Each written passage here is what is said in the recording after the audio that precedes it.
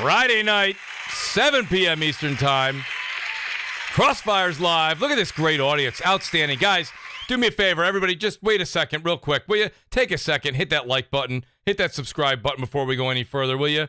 Tonight's going to be a great show. And I was just saying this to the guys before the show started. I'm excited about it because basically after you get something like an Xbox Bethesda show or a State of Play or anything that Sony's going to be doing later on this summer, fall, that's an E3 show, it's always great to have a podcast right after that. Everyone's taken the last 24 hours to really digest what they saw. This is a third-party showing, so it's not really hitting home for Sony, but at least you get to see some of the games that are coming out, some things that are exciting. We saw some new tech. That being said, guys, just above that phenomenal description you can see right there in the chat, there's a join button. If you guys would be so grateful, so kind, to please consider joining the channel and becoming a Mooch Maniac family member. I see so many of the family members already in the chat with great emojis, all kinds of great things. But let me just take a few seconds here to thank each one of those guys one by one real quick. The great Sir X-Man, JudaZuk, WoolleyGamer, Frostbite Slash, MumbleRanting Gaming, Tyson Web 509, TrueWiddy, Kn1ght Ripper7, Big Chuck 777, Alphonso Carter, BRAP, Jamie, Damion, CJUK, the great Jimmy Harrison. Happy birthday to Jimmy. Jimmy, I hope you're enjoying your day, buddy, and I appreciate you spending your birthday with us here on CrossFire. Zombilla Ice Cream, Andy Hart, Replicant, DadOfWar. By the way, not only is DadOfWar a member of the Mooch Maniac families, he just re-upped. So DadOfWar, thank you so much for that. You will not go unrecognized. You will be recognized. Our major Mooch Maniacs, J. Bari, Domino Zero, SupremeSamurai, Who Are You 5, your boy Roy, Smokes901, Tactical Gamer, Donnell Brown, Deck Ice Mini, 4-Star General, and Brian B, a.k.a. Delirium Blades. And our VIP Mooch Maniacs, Shadow Assassin, Rated D Demonic, Strictly! Shout out to Strictly. Hopefully Strictly's listening to the show. I know he's going to be extremely opinionated tonight. The Wise Old Gamer, the Great Percolator 9000, and our honorable mentions. You guys are out there without food, water, or toilet, come home. Olamoka 17, Forkboy Gaming, the Great Marty Bison, Brian Carter, Gaming with Persona, where are you? Remarkable Nights, and our forever Mooch Maniac, Longshot 316. Guys, listen. Again, take a few moments. I didn't do it enough the first few years I had a channel. I'm going to say it now. Hit that like button. Please hit the subscribe button. A cool thing comes up. Your name pops up on the screen. Who wouldn't want to see their own name? It's a great time. It's a great time to be alive. That being said, let's get to this phenomenal panel. We might even have a few other special guests popping in later. I'm not sure. I'm not 100% sure. But I know that this much is for certain. It's almost the peak season in June. I don't even have to have lights on in the office. The sun is still beaming through. It's still daylight in New York. It's phenomenal. But without any further ado, speaking of a bright light of sunshine, my sunshine, the great Crap Gamer is back today. Crap! How you doing tonight, buddy? You have way too much energy, man. I don't know where you get it from. Honestly, I don't.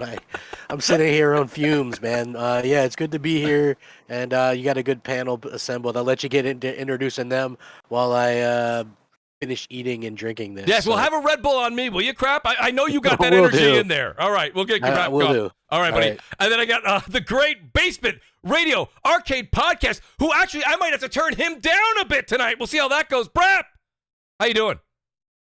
Doing well, Mooch. And all I got to say is the whole slate is coming to PC.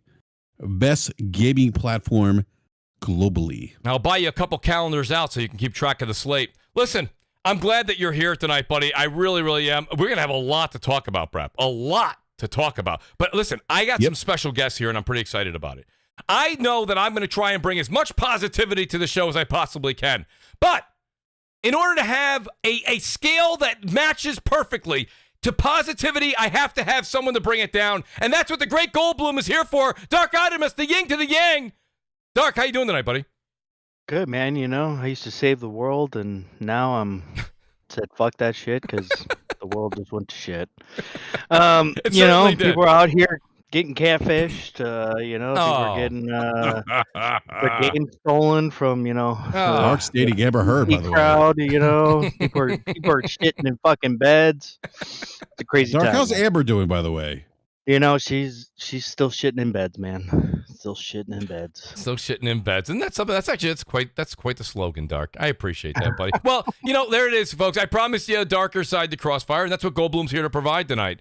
Goldblum, great to have you here, buddy. I know you're going to be very opinionated as well, and I can't wait to hear what you got to say. You just bring me on for the negativity. I do. I really do. I love it. I absolutely love it. It's not YouTube without Goldblum. No. Period. He just needs more Latinos on the show. That's all it is, Artemis. That too. Yeah. He uses us as cheap labor. I mean, what? Oh, jeez. There you go. The great Goldblum with a low blow. All right. Well, listen, I'm going to move on to my next panel member here. The great Chris Righteous is here. And, I can't do a state of play, a Sony post-show without the great Chris Righteous. And, Chris, you guys might know him all from the Saltiest Gaming Podcast and Planet Xbox. Chris, welcome back to Crossfire, buddy. How you doing this evening? Yeah, man, glad to be on again. This is my third time, and every time I have a blast on here, man. It's always great talking with you guys, Mooch, Crap, and everybody else, BRAP. But yeah, man, it's exciting times, man. We're in non-E3 season, right? Yes. Well said. So there's definitely a lot of, PlayStation definitely kicked off the summer with a hell of a show yesterday. I thought it was an absolutely amazing show. And, there's definitely more to come. We still got the Xbox Showcase that's coming up, Summer Game Fest, and then whatever else is going to be planned throughout the summer as well. So it's an exciting time as far as like gaming news and gaming information and sneak peeks of what's coming in the future. So, yeah, I'm definitely happy to be here after yesterday's State of Play. Chris, outstanding. Well put, buddy. I really like the way you said that because we are in the non-E3 season, and that's really what this is. As we kind of progress right through June into July. And, Sony likes to just keep us waiting, so we don't know if it'll be August show, a September show. Who knows when the show will be? But it just continues to go throughout the Summer Game Fest, so that's a great thing. Chris makes a good point. And, I want to take a second here and welcome our other panel member here, our last guest on tonight, and it's Crusader. You guys know Crusader from TXR Podcast. Me and Crusader have had so many great back and forths over Twitter, and I said to myself this week, I said, you know what? It's time to get this man on the show. It's time to get this guy on the show. He's got to come on here. He's got great opinions. I hear him on his podcast. He's got to come on Crossfire, and he's got to throw out a couple of curveballs. So the great Crusader 3456, we're going to call him Crusader tonight. Crusader, welcome to Crossfire for the first time, buddy. How you doing this evening? I'm doing really well. Really, really well. Really excited to be here. I love being on podcasts. Love talking with everyone. It's a lot easier than speaking in the Twitter streets because I'm the man of writing essays, as many people know me. Because if something's not worth saying, well, it's not worth saying. Mm-hmm. Well, listen, I like the way you said that. And you started off your comment the way I start off whenever I guest on a show. I love to podcast, man. I really, really do. It's something that you just, every Friday I get amped to do the show. Love to do it. Love to have different people on, different points of view, different opinions. And that's what's going to be great about having you on tonight.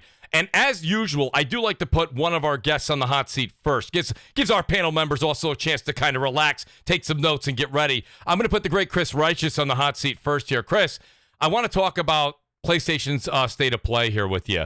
And before I even ask you the question, Chris, shout out to the great Zuby Tech, who I believe is in the chat right now. So let me give Zuby Tech all the credit that is due here. In the past, 24 hours, according to this is all but at Zuby_Tech. Please go over and follow him on Twitter after the show. 24 hours after the show aired, the State of Play, 2.1 million views, third most fastest watched State of Play. Combined views with main, subtitled, and the Japanese streams, over 2.81 million views in 24 hours. All of the State of Play trailers combined before reached 11.78 million views total. So it can tell you how big yesterday's show was, even if you thought maybe it wasn't that big. It's actually making some big numbers. Also, some of my information here is also from the great Zuby Tech that comes in from all of the things that we saw on the highlights of yesterday's show. Resident Evil, we saw what they're coming through on PSVR. We saw The Walking Dead Saints and Sinners, No Man's Sky, Horizon Call of the Mountain, all PSVR2. And Chris, I'm just saying this, not that you need any kind of a refresher, but we saw Horizon Forbidden West has an update, New Game Plus, frame rate enhancements, the Callisto Project, Roller Dome revealed, Eater Knights, Final Fantasy XVI, Street Fighter VI, Tunics coming to PS5, Season, A Letter to the Future, and Stray. So these are I just wanted to throw out there for the audience that may not know. Those were the games that were kind of covered in the 27 to 30 minute, I think it was 25 to 28 minute, show, something around that range. But Chris, let's get your opinion on it first of all. People are saying it's the best State of Play that's come out. Do you agree that it's the best state of play? And also, what were your overall thoughts on the show? I 100% agree that it is the best state of play by far. The only other one I would say was the one where they revealed Final Fantasy VII remake and probably the Resident Evil 3 remake reveal one. But yeah, no, overall I thought it was absolutely amazing. I thought the pacing was perfect.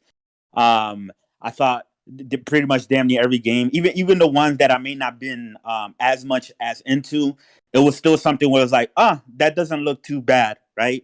Maybe I'll check it out later or something like that. So I didn't really feel like there was a lot of like a duds like that, even with like the indie games, right? And then like the heavy hitter announcements, the Resident Evil 4 remake, which is the worst kept secret. We knew that was going to absolutely. Yeah, go ahead. No, go ahead. Yeah, we knew that was going to come out. I mean, they did 2 remake, 3 remake. Of course, they're going to do the most beloved one of all time, right? I thought the VR showcase were pretty very interesting and cool. I never owned the PS VR myself at all, but because I've always said, because I knew it was like, I know they're going to come out with a second one and it's going to have much better tech and it's going to be better, more comfortable and stuff like that. So I always waited for them to come out with like a part 2. So from what they show with the VR games, I mean, some of them look pretty good. The fact that they're going to be doing the Resident Evil 4 remake as well with some VR content, which they did the original as well too in all of VR as well. The Horizon game looks pretty interesting. So yeah, I'm definitely I've been gaming for like 30 years, right? So I'm definitely always open-minded and always interested to see what different type of gameplay experience that I can that I can see for myself and experience. And I think VR is definitely a unique experience from what everybody tells me. And then Street Fighter 6, holy shit, that shit looks absolutely awesome. It really does. They're turning it into a goddamn Yakuza game, but Street Fighter style, right? Actually have a full proper story mode in terms of you're going to be able to explore. You're going to go from gym to gym and things like that. It looks like there's going to be like some sort of creator character with Luke being your guide. I thought the animations looked fantastic. The graphics, the color. I'm glad that they're going back to the more hip hop themed style, like in Street Fighter Third Strike, which is personally my favorite Street Fighter game. That shit blew my mind. I wasn't expecting it to be there. I mean, we heard about it, but I was like, we always hear shit. The only game I was really expecting to be there was FF16, but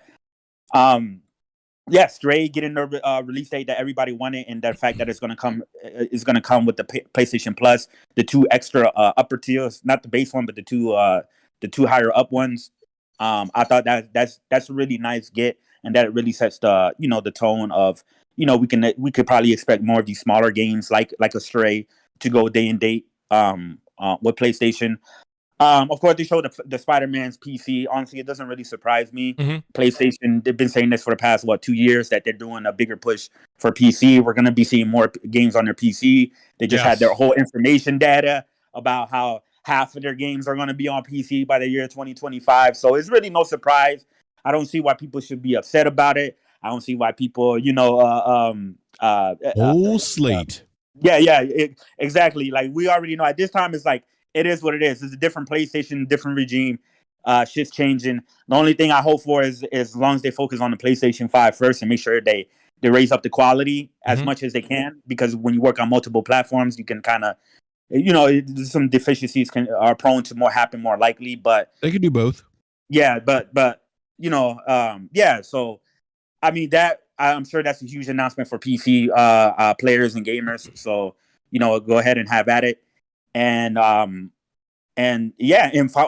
Fantasy 16, right? The star of the show. Well, that's what I was going to ask you, Chris. I mean, were you surprised it wasn't coming this year? No, I've been saying next year. I've been saying next year for the longest. I've been saying. I was believing the great Jay Bari. Jay Bari was dead set on December. Shout out to Jay Bari. Yeah. He was, and I honestly, with all the hype they were talking about, I could have seen it coming late this December. Yeah, I definitely was right there with him too. I was right there with Bari. But I know a lot of people thought March. But seeing how like the wording about the development and shit like that, I was like, they're definitely gonna take more time to polish. Especially the team behind this they're very like perfectionist and very like very passionate about it and things like that. And trust me, I already cooked Bari yesterday. He heard from me and Persona. I roasted his ass in the space that we were in yesterday. But that's my boy. That's my boy. But the trailer fucking looks amazing. Like the graphics look very much improved from the first showing. And the fact that it's going to come out in another year, which they have more time to improve it even more, is definitely more impressive.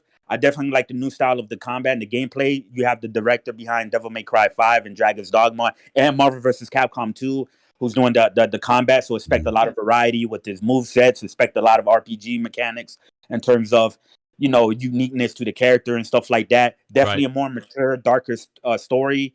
It's going to be the first mainline M-rated Final Fantasy game.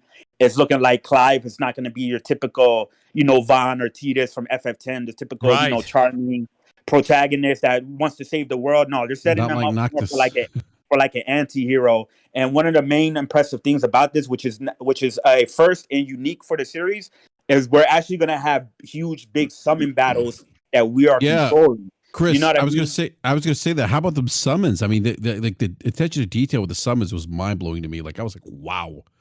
Even the facial animation of some of these summons, like it was very detailed, very epic. Not like they are epic, but this seemed like another level. But go ahead, I'm sorry. Yeah, no, you're good, bro. The character models look fucking fantastic. I definitely like the more mature tone in the look of it, and like I said, like they're setting up the main character to be more of an anti-hero rather than a savior. Chris, did they give a date? Because I thought they did give a date for Final Fantasy. It's sometime next year, is it not? Summer 2020. Oh, just summer. Okay. Yeah, summer 2023. I'm okay with that because I want this game to come out as completely polished and as perfect as they possibly can. They missed me, Chris. They missed me on 15. 15 to me had that teeny bopper kind of thing going on. And you like Noctis? I Noctis and the ramen noodles. 15, it lost me, Brap. So when Chris is telling me this, and I liked it. I thought no, that's fine. Don't get me wrong. Listen, that's fine. If you're a Final Fantasy fan, I'm sure you enjoyed 15 too. But I don't want to say if it was Persona. It was either Persona or Bari that I had on a few weeks ago when we were talking about it, and I thought that they said 15 was probably their least favorite. But to hear the passion that Chris is saying right now about 16, and they're bringing it to a mature level, that's got to at least pique maybe some people that were on the fence's interests, like myself included. I'm very interested in Final Fantasy 16, where 15 just kind of left me, I personally wasn't feeling it. That may be a me problem. I'm not sure. No, I'm the same way with you, Mooch. I thought 15, to me, right, if this makes sense, 15 is an okay game. Like, it's an okay 7 out of 10 game. But it's an underwhelming Final Fantasy game for somebody like me who's been playing the series, So I'm right there with you. I wasn't really too fond of 16, but 7 Remake they completely changed that around, and that game was they did absolutely amazing. Which it could be coming to Xbox from some of the rumors that's coming up now. They took it off as PlayStation exclusive, right? But which is actually surprising to me. But it's not coming to Xbox. Yeah, I don't think so either. But since they removed that as exclusive from the store, and so some people are speculating, and it got trademarked again. No, that is speculation. I mean, think about that for a second. Yeah. Like, why would think about it? Why would Sony remove something as console exclusive? Like they're going to give the heads up or let people know that a game's going to be dropping on another platform. So, I'm sorry. Go ahead. So wait, Brap, you're saying that you don't think I agree. The Final Fantasy VII remake is coming to Xbox? I have heard that it's not, and I don't think that Sony would preemptively notify the public that a game like this is going to another platform. I just think it's just a matter of it just not being on that storefront anymore. I don't think that's I think, but it is going to PC, isn't it? It is. It's already on PC, but it's already on PC. It's already on PC. And yeah, for me, it doesn't make sense because I'm pretty confident. I'm pretty confident that most likely Part 2 is exclusive. I mean, they got Forspoken, they got 16 as exclusive. So to me, it's a no-brainer that they'll probably sign off for Part 2. So, but anyway, we'll see. I guess we'll see. But yeah, I mean, overall, man, A+ state of play. I thought it was phenomenal. I really don't have too many complaints, and just for it being mainly third party and stuff like that, we still haven't even seen a lot of the first party games, which they probably saving for like another event some later down the line this year or something like that. Yeah, it's great, and a lot of people should be happy. Even if you're not a PlayStation fan, there's still games in there that's coming to your platform as well that you should be excited about as well. So no, I appreciate that, guys. Everyone in the chat, thank you so much, dude. I appreciate all the great what's up mooshes. Shout out to the great Jimmy Harrison. He says, by the way, the super chat's working. It's a miracle. He says, love the show. Let's go. He goes, BRAP, you'd be proud of me, man. He goes, just got my PC built for my birthday. That's a great gift. Woo! It's a great gift. I got to move closer to the great Jimmy Harrison. Best platform.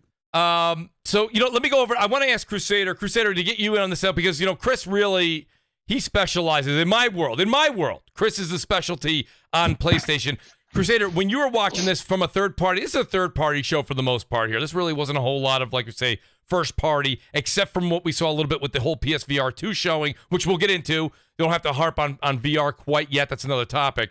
But what was your take on the show? Was it something that impressed you, or were you just kind of like, all right, not bad, but okay? So I'm gonna make two statements. For me personally, there wasn't a ton there that I'm super excited for. Right. However, objectively, what they showed was awesome. I like I'm not that the way you put that. excited Yeah.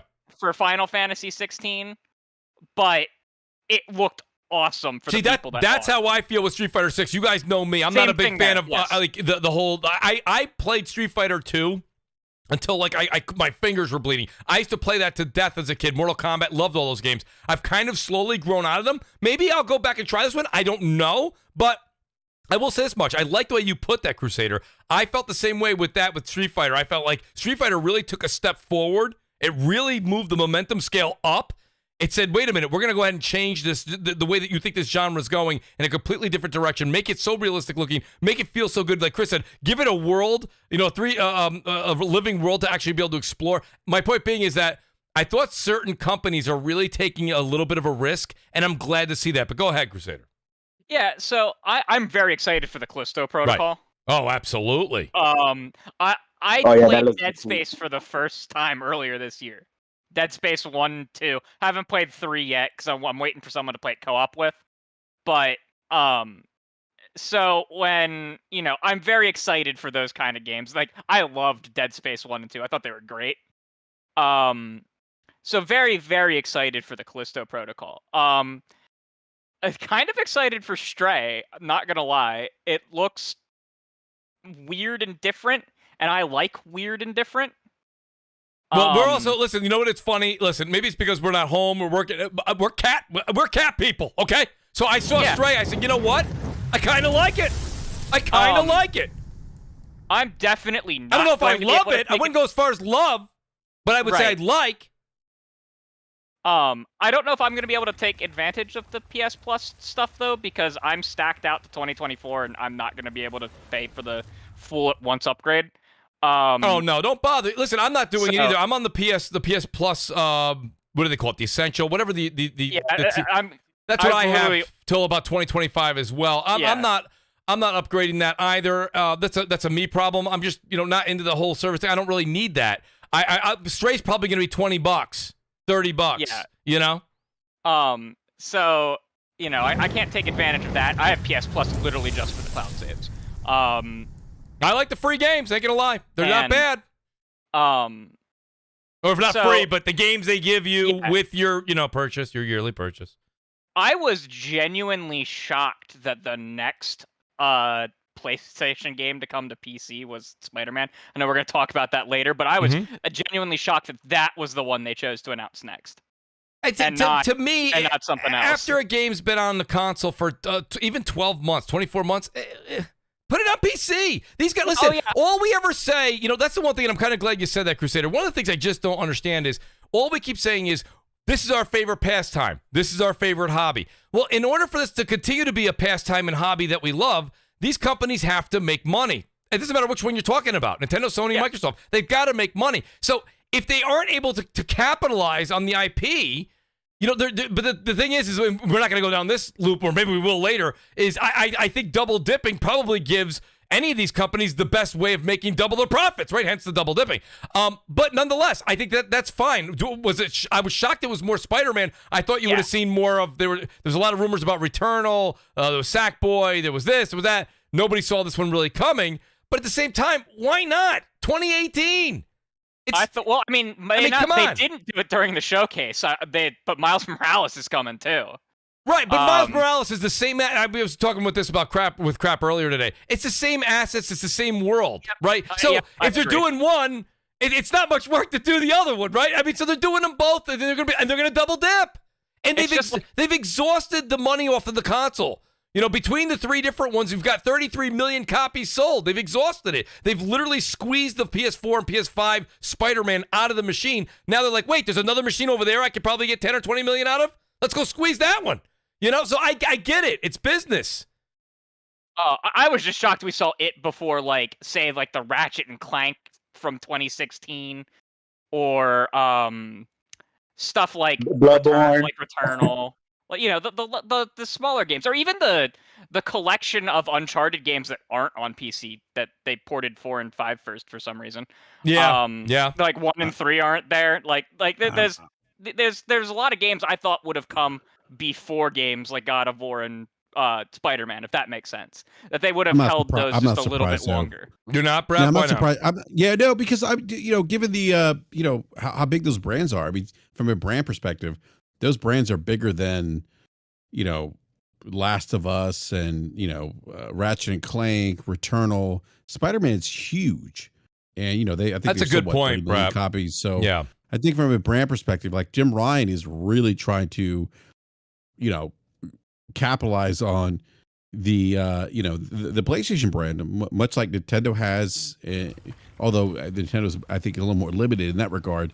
With which platforms they choose to support, but I mean, he's basically taking the PlayStation brands and saying, you know what, we're not just gonna, pigeonhole these titles, these popular titles on the consoles. We're gonna take them to PC and mobile and things like that. So I'm not surprised by that at all because, I mean, Spider-Man's just a huge. If you think about like the revenue opportunity for Sony as a company, that's big to put that game on PC. I would expect that game's probably gonna do very well on the PC side of things. That's in terms of sales. Yeah, and to add on to that too, I would say that we also got to remember, like, with Spider-Man 2 is coming out next year, right? Or it's supposed to come out next year as well. Right. And they already confirmed that. I mean, Insomniac already confirmed that as a PS5 exclusive, meaning that it's only going to launch on PS5 when it's released. So, getting Spider-Man as well on PC is also, promotion for part 2, because it's like, damn, this game was really good. But fuck, I don't feel like I need to wait another 3 years. You know what I mean? To play Spider-Man 2, let me pick up a PS5 and play Spider-Man 2. That plays into it as well, I believe. That's, and it's funny because I've heard that with a number of different things. First time I'm hearing it with Spider-Man, Chris, but it all holds water. I've got a couple super chats here, and then I want to get the rest of the panel involved here. Shout out to the great Lady Foxfire. Lady says, hi, how you doing, everybody? She goes, PlayStation show was pretty good. Stray, Street Fighter 6, Seasons, and Roller Drome were my highlights. Let's see what Xbox shows. Hit that like button. Lady Foxfire, we can't wait. She said it on Twitter the other day. She goes, I'm hoping these Sony and Xbox shows get a spark in her because she wants to bring that excitement back to YouTube. Lady Foxfire, we miss you on YouTube, so please do it soon.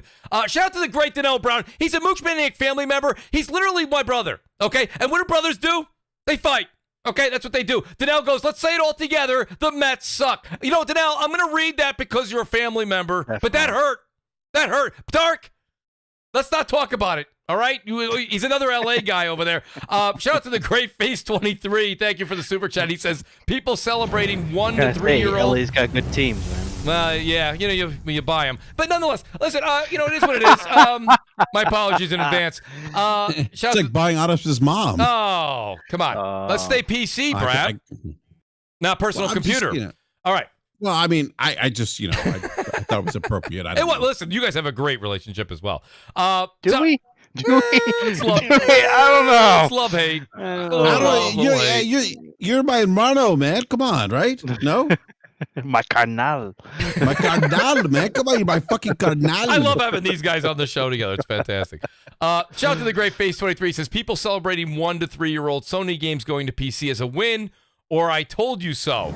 He says, it's mind-boggling to me. Sony's been saying they're going to be putting games on PC. If their single-player games go to PC day one, then that's a big deal. Face, there's nobody that you're going to find on YouTube that agrees with you more than me. I just don't see the big deal. If they want to put games that are even 12 months, 24 months, 36 months on there, in this case, 48 months, Knock yourself out. At that point, I've already platinumed Miles Morales. I've already platinumed the remaster of Spider-Man. I don't need to go back and do it again. Now, if I want to go play it on my Steam Deck and take it on the go, hey, who does that benefit? Me as the gamer, I get to play it on the go, and Sony. So it's a win-win for everybody, and it gives the PlayStation 5 a reason to exist. So I get it, Face.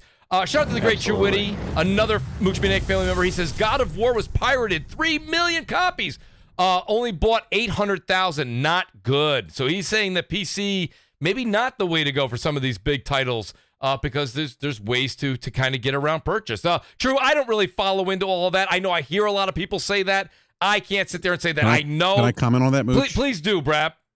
Well, think about this for a second. So, God of War, like they're saying, oh, it only sold 800,000 copies. That means, it's not good. Well, God of War is profitable for Sony on the console by itself. So anything on top of that in terms of sales, you think about not just like discounted sales, because when you release it on PC, it's going to be like, let's say $50, right? Or $60. Right? I forget how much it was on PC, right? But it's not like as deep discounted as it is on console. So anything on top of that, right? That 20 million or whatever that God of War sold, yes, on PC is icing on the cake. It's even more money. Like why are people arguing that fact? Like 800,000 more is better than zero. Like I don't get that. They made more than enough money from like whatever amount of money it took for them to port it to PC. They made way more than that just off of that 900,000 as well. Yeah, but I think Chris makes a good point. Spider-Man series just made 33 million. Yeah, 32 million. Just the PlayStation alone. So when that hits PC, even if it gets like 800,000 or a million or whatever, it's still going to be a profit for them. No matter what. It's an additional, exactly X amount of sales they didn't have. So I don't understand that argument. Like the game was already profitable. So what if it sold 800,000? It's 800,000 additional sales that Sony wouldn't have had. That's a good point. If they didn't put it on PC, it's like what do you? Yeah, those Zubitech, the great Zubitech in the chat. He says the ports cost no more than $8 million. There you go. I mean, yeah, and you got to remember they've already made the money. The game's off the books now at that point, selling on the PlayStation. I mean, so like it's. I mean, it's a win-win. It's a win-win-win. It is a win-win. Yeah. Think about this. They were able to sell almost 1 million, or even Horizon as well too, right? But they will sell almost 1 million copies for $50 4 years later, which a lot of games don't do that 4 years later unless you're like The Witcher 3 that gets a boost because of the TV show, No, I completely agree. And that's the thing. People are just so, oh my god, dude. Especially nowadays, they're just so fucking. They just want to complain or say something about something just for the sake of it, and it's social media. It drives me fucking. I think a lot of times, and it's funny because a long time ago you always react to a lot of that stuff. Nowadays, myself personally, I just literally. Oh yeah, I just scroll by it. I just scroll by it, but I'm like still like, oh my god, you. Still doing this shit? So stupid. Guys, by the way, everybody in the chat, please hit the like button, guys. Hit that subscribe button. Mihail Atansov, I don't want to say it wrong, and I apologize for saying it wrong, but he says, Sony's first-party games coming to PC is a win for gamers and Sony. Mihail, I completely agree with you. I mean, I really do. I don't see a problem with this. Zubitech comes in, he says, it's almost full profit, millions or millions. Shout out to the great Zubitech. Yes, please. The other thing I was going to say to you, like, the break-even point for AAA games right now is about 5 million copies sold, roughly, right? Yeah. So, yeah. I mean, so anything over 5 million copies sold, it's crazy. I remember when the 1 million was a big deal 20 years ago, but anything over that now is like, it's profit. So, yeah, I think I see that argument a lot that people say, oh, God of War only sold 800,000. Well, you know what? It was already profitable, so it's a cherry on top. And you look at the 800,000, right? Those are all full price sales. I don't think it's been discounted on Steam yet. I don't think it's exactly. Gone on sale, That's my point. Yeah, no, it hasn't. That's what I'm saying. So it's not discounted, right? So even more money for Sony. Yeah, because when you get years out, the numbers, like when you talk to analysts when they look at like when Sony or anyone else is reporting like how many copies of the game has sold, That also includes bundles and things like that. So if it's bundled with a console, it does include that as a sale, and stuff like that. So to hear that the PC version has sold 800,000 copies means it sold 800,000 at cost copies, which is incredible. In what? It's actually like 970 something. It's actually closer to 1 million, not 800,000. That's what that guy said, but it's actually like 900 and something. Yeah. So like God of War is doing incredible on PC. And it's Spider-Man. Because I think Spider-Man's going to do even better. I think Spider-Man's going to do better as well. Yeah. The highest selling one so far, a PlayStation game so far, is Horizon at like what it was like 2.3 million or something like that on PC. Spider-Man is gonna do way more than that, and it's also gonna be pirated way more than that as well too. But it's gonna sell a lot more than that. You know, somebody was saying, shout out to Capone in the chat. He mentioned something. He says maybe when Sony has their own, what is it there? Launcher, when they have their own store, maybe the pirating would be less, he asked. Now, that's not something I would know. I still think that pirating would still exist. Pirating's always going to exist. Yeah, you know, a lot of PC dudes, they don't like different stores that's different from like Mooch, Steam. And stuff like that. I've been people will always find a way to pirate, man. Like I've been gaming on PC since like the early 90s. There's always some kind of way to go around that. No, I had bootleg PS1 games where I had to get the modified disc for it to run on PS1, and they would burn games on CDs and shit like that. Like we were pirating games even on PlayStation. Hey Chris, I did it for the 360. I have a stack of like CDs. Not that I'm condoning pirating, but yeah. Shout out to my boy Donnell Brown. He's back. He says, but I have a question. I see PC and Xbox dudes cheering for Sony games to go to PC. But if I recall, a lot of y'all were saying no one wants them one-and-done games. But now you're all cheering for them. This is funny to me. So no one on this end has said that. I think people on the other end have said that. I mean, I'm an Xbox dude, but I definitely didn't say that. No, I think Donnell is speaking, and I see Donnell a lot on Twitter. He's speaking for the masses on Twitter and in the gaming community. Oh yeah, the people in the masses, they're fucking nutcases, man. Well, you heard it first from the great Goldblum. Like never heard about this. They are, man. They fucking are. They're getting fucking doxxed and fucking outed and exposed, and they all fucking need help. Goddammit! It's the internet, Goldblum. It's the internet. Shout out to the great Sir X-Man. He's here. He says PC Master Race rules, right, BRAP? And I got a Series X. Somebody get the great Sir X-Man a PS5, please. It's great to have Sir X-Man here. Steady flow. Mooch, I mean, he's not lying about PC though, right? Well, you know, listen, he's platform. I understand that, and I've actually started to. And it's weird. This is really weird. You guys know this, right? So Mooch. I've started to enjoy. Man. Well, listen, no, I'm starting to play a little bit more on PC, very little, but a little bit more now that I got the Steam Deck. The Steam Deck is really kind of open. I know it's not the same thing, but I got to be honest with you, it's a hell of a device. I'm not going to lie to you guys. It's pretty damn good. Listen, I don't ever say, hey, guys, you need to go buy this. And I'm not going to say it now, but I'm saying if you're on the fence, I tip you in the buy category. I think it's a really, really great device. And you can play everything on it. You can fucking get one, Mooch. Well, listen, that's why when I tweeted out I got my pre-order, everyone's like, sucker! You know, I was like, now everyone's like, I want one. I'm in Q2 and I still haven't got the email yet. You'll get it. You'll get it. You know why they call you a sucker? Because you did buy into Stadia. I'm just saying. Oh, jeez. Yeah, the whole $100, guys. Listen, you lose that in a couch cushion in a year. Listen, here we go. That is true. That is true. Hey, I'll defend you. Or half a tank of gas. But yeah, now, especially now, you definitely gonna. Wait, say that again, Crusader. I was like, I'll back you. I was on Stadia for Destiny 2 because it was the easiest trials matchups. I'll be honest with you, dude. I tried it when it came out. It was about 3 months. I thought I did. Me and Crap had a great talk about this last week on the show. When I was in my home with great internet, great this and that, taking pictures with my Stadia right next to my router, everything was phenomenal. The minute I took that thing on the road, wasn't so great. It wasn't so great, and I canceled it right after that because that's the whole pitch. That's why I kind of like the Steam Deck. Take it on the road, it works. Yeah. It works. Well, natively on the device, but nonetheless, the item works. Shout out to the great Steady Flow. Appreciate him being here. He says, "What's up, fellas? While the PC gets these Spider-Man games, PlayStation players can play these games in PS Plus Extra tier for $15 a month, $100 a year, starting June 13th." Yeah, so I mean, and PC gamers can play for free when they pirate it. They can. That is true too, Chris. Great point. God bless the PC Master Race, right, Brad? There you go. Shout out to TrueWiddy, Mooch Maniac family member. He says, out of the 3 titles, Sony put on only 108 million piracy much. Wait, TrueWiddy, I'm reading that wrong. Out of 3 titles, Sony put out only 108 million piracy much. That's what TrueWiddy wrote. I apologize. I think he's saying of the games they put out. And TrueWiddy, if I'm saying it incorrectly, please correct me. But I think he's saying of the games they put out, upwards of 108 million were pirated. But that doesn't. I don't know.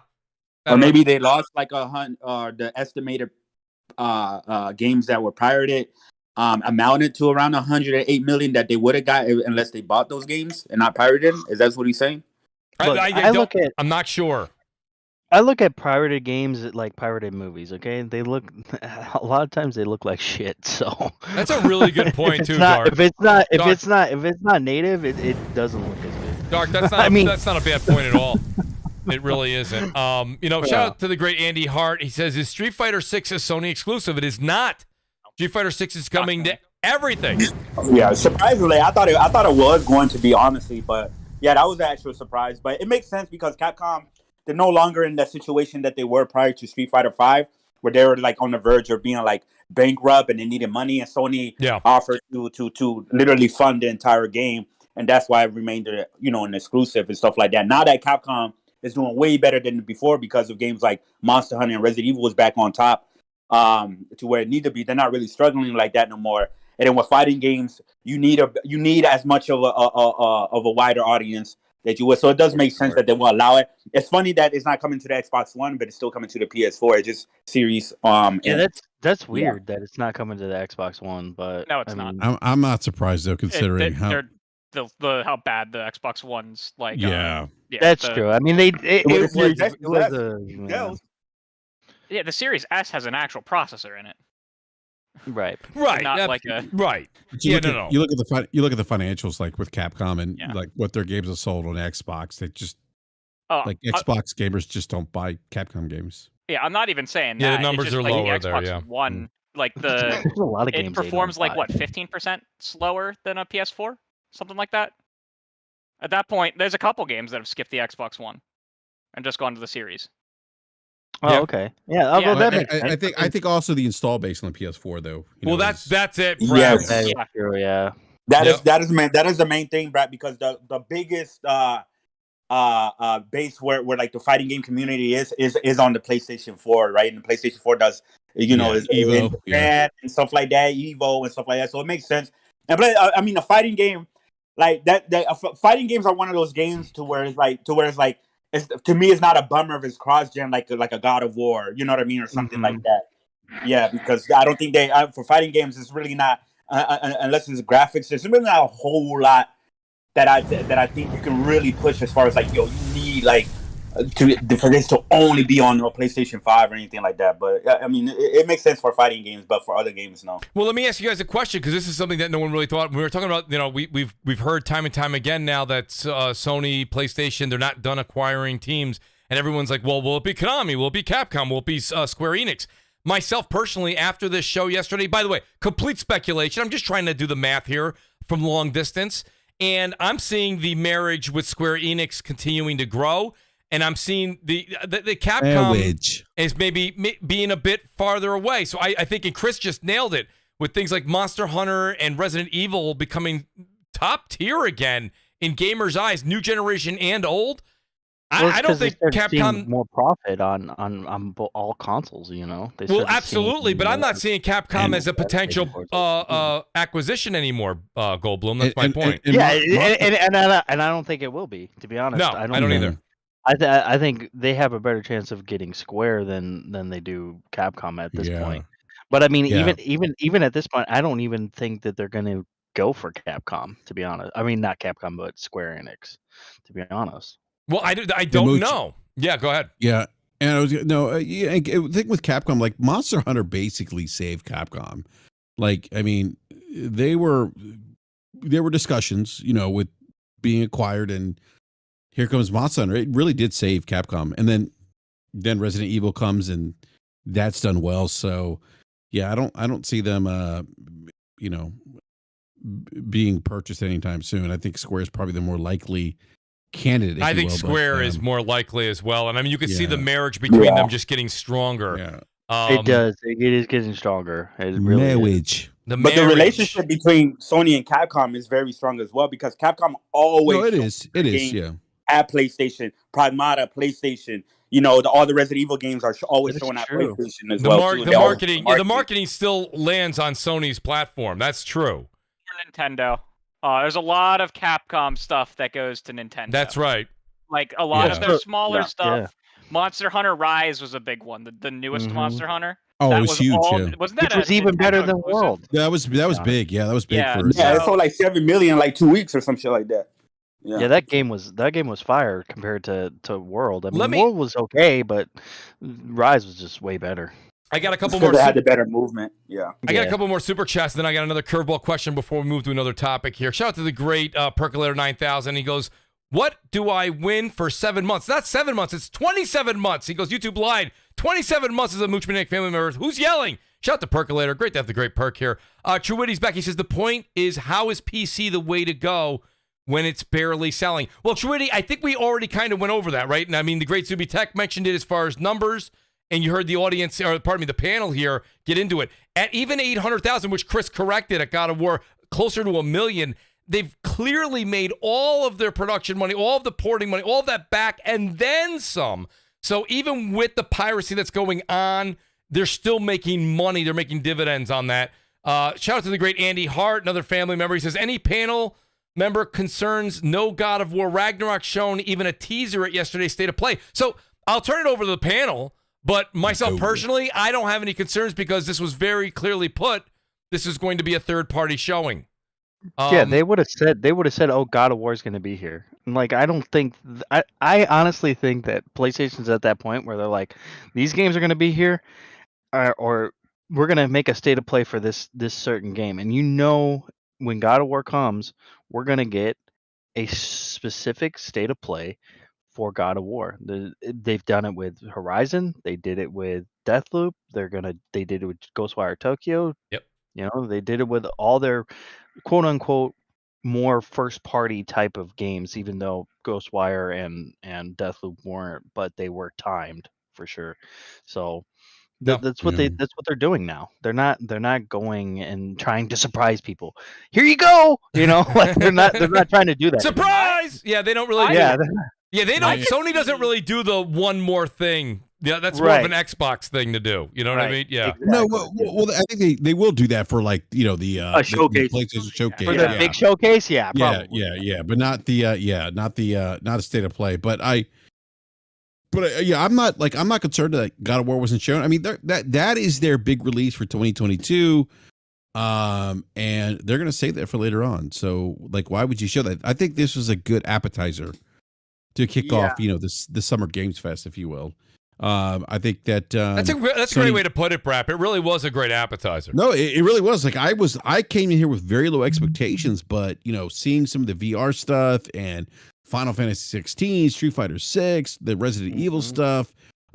There's that dating simulator game which kind of caught my attention, which I was surprised about. Eternights. Is it Eternights or Eternights? Eternights. Eternights. Yes. Okay. Eternights. Which I don't know about.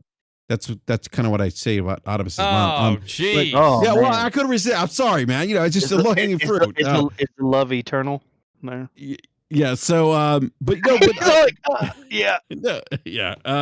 So, Jesus, Odyssey. I'm gonna give my first prediction of the night. Yeah. Crusader predicts that we're gonna see God of War at Jeff Keighley's show. That could be possible. I like it. I like it because I actually think, for me, I think we're actually going to get a dedicated God of War State of Play within a couple weeks. And I'm only saying at Jeff Keighley's show because remember last year the only thing that really saved Keighley's show was Elden Ring was there. Right? Yeah. Everyone freaked out because Elden Ring had finally been seen. How do you top that your next year? Well, you get the Crusader. You're on to something, everyone man. wants to see. You got me thinking now. That's because let me tell you, Jeff. So Crusader, Jeff wants to have that wow moment. Do you think it's just like a quick, like another vertical slice of God of War, and then because I do think they that announced Sony a state of play. Yeah, we're gonna get a state of play God of War. I think they show like 30 seconds of something, and then and then he goes, and here is so and so from whoever they chose from Sony to represent the game, and he's gonna talk about it for like a minute, and then he goes off and says, "Oh yeah, we're gonna have a state of play later this summer about it," and that's what they do. I think it'll be a showcase. Yeah. Yeah, and that's because there's not a lot that Jeff could really show at his showcase this summer. There's one thing. As far as we know, though. You're right. As far as we know, but there's something one thing that's coming soon. Because at that point, Elden Ring was supposed to come out in the fall. It wasn't supposed to come out in February, right? I think it got a release date for February. But the only other games that would have been big as like a God of War, in my opinion, would have been Final Fantasy 16, but that already got shown yesterday, and Breath of the Wild 2, another reveal, gameplay reveal. That might still show up there at Summer Game Fest. Well, but I think Nintendo's going to have for Nintendo. Well, they show factions. But that's the thing. No, but Nintendo wasn't part of the Summer Game. Oh, wasn't? Yeah. Okay, yeah. Then Nintendo's holding that close to their heart. Then. Well, he did say that there were more partners yet to be announced, and Nintendo last year didn't announce their E3 showcase until literally 14 days before it happened. Yeah, that's true. So yeah, it's fucking Nintendo. They could be, but I think we see God of War, at least something as big as God of War at Keighley's show. It's not within Jeff's realm to do something like that. He does it at his Game Awards show, right at the end of the year. He likes to have that one wow moment. He had the Xbox Series X presentation before anyone saw it. He did another wow moment. I can't remember what the one was with Sony. He did a big one on Elden Ring, right? Yeah. So he constantly has these wow moments. Mass Effect 5. I think that this time this could be, and Crusader, that would be one of the wow moments for this show. It's gonna be Death Stranding 2 with Kojima reveal. I mean, that's another one. You're right there. That is another one. Kojima's in his speed dial, so I can see that happening. Yeah, absolutely. Shout out to the great Sir X-Man. What about a remaster? Sir X-Man says, the Mooch, there's nothing like playing on triple screens. Once Sir X-Man, you guys might not know this, but he sent pictures to us all in the DM. Once you see these triple screens he's got, once he got that third screen, he was PC for life. We lost the great Sir X-Man.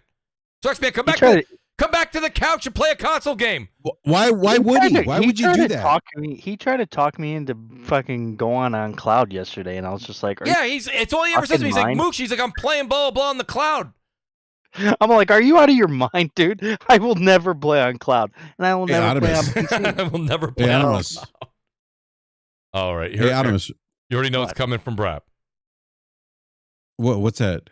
No, I don't know. It's probably going to be some sort of a comment towards about my mom, a family member. No.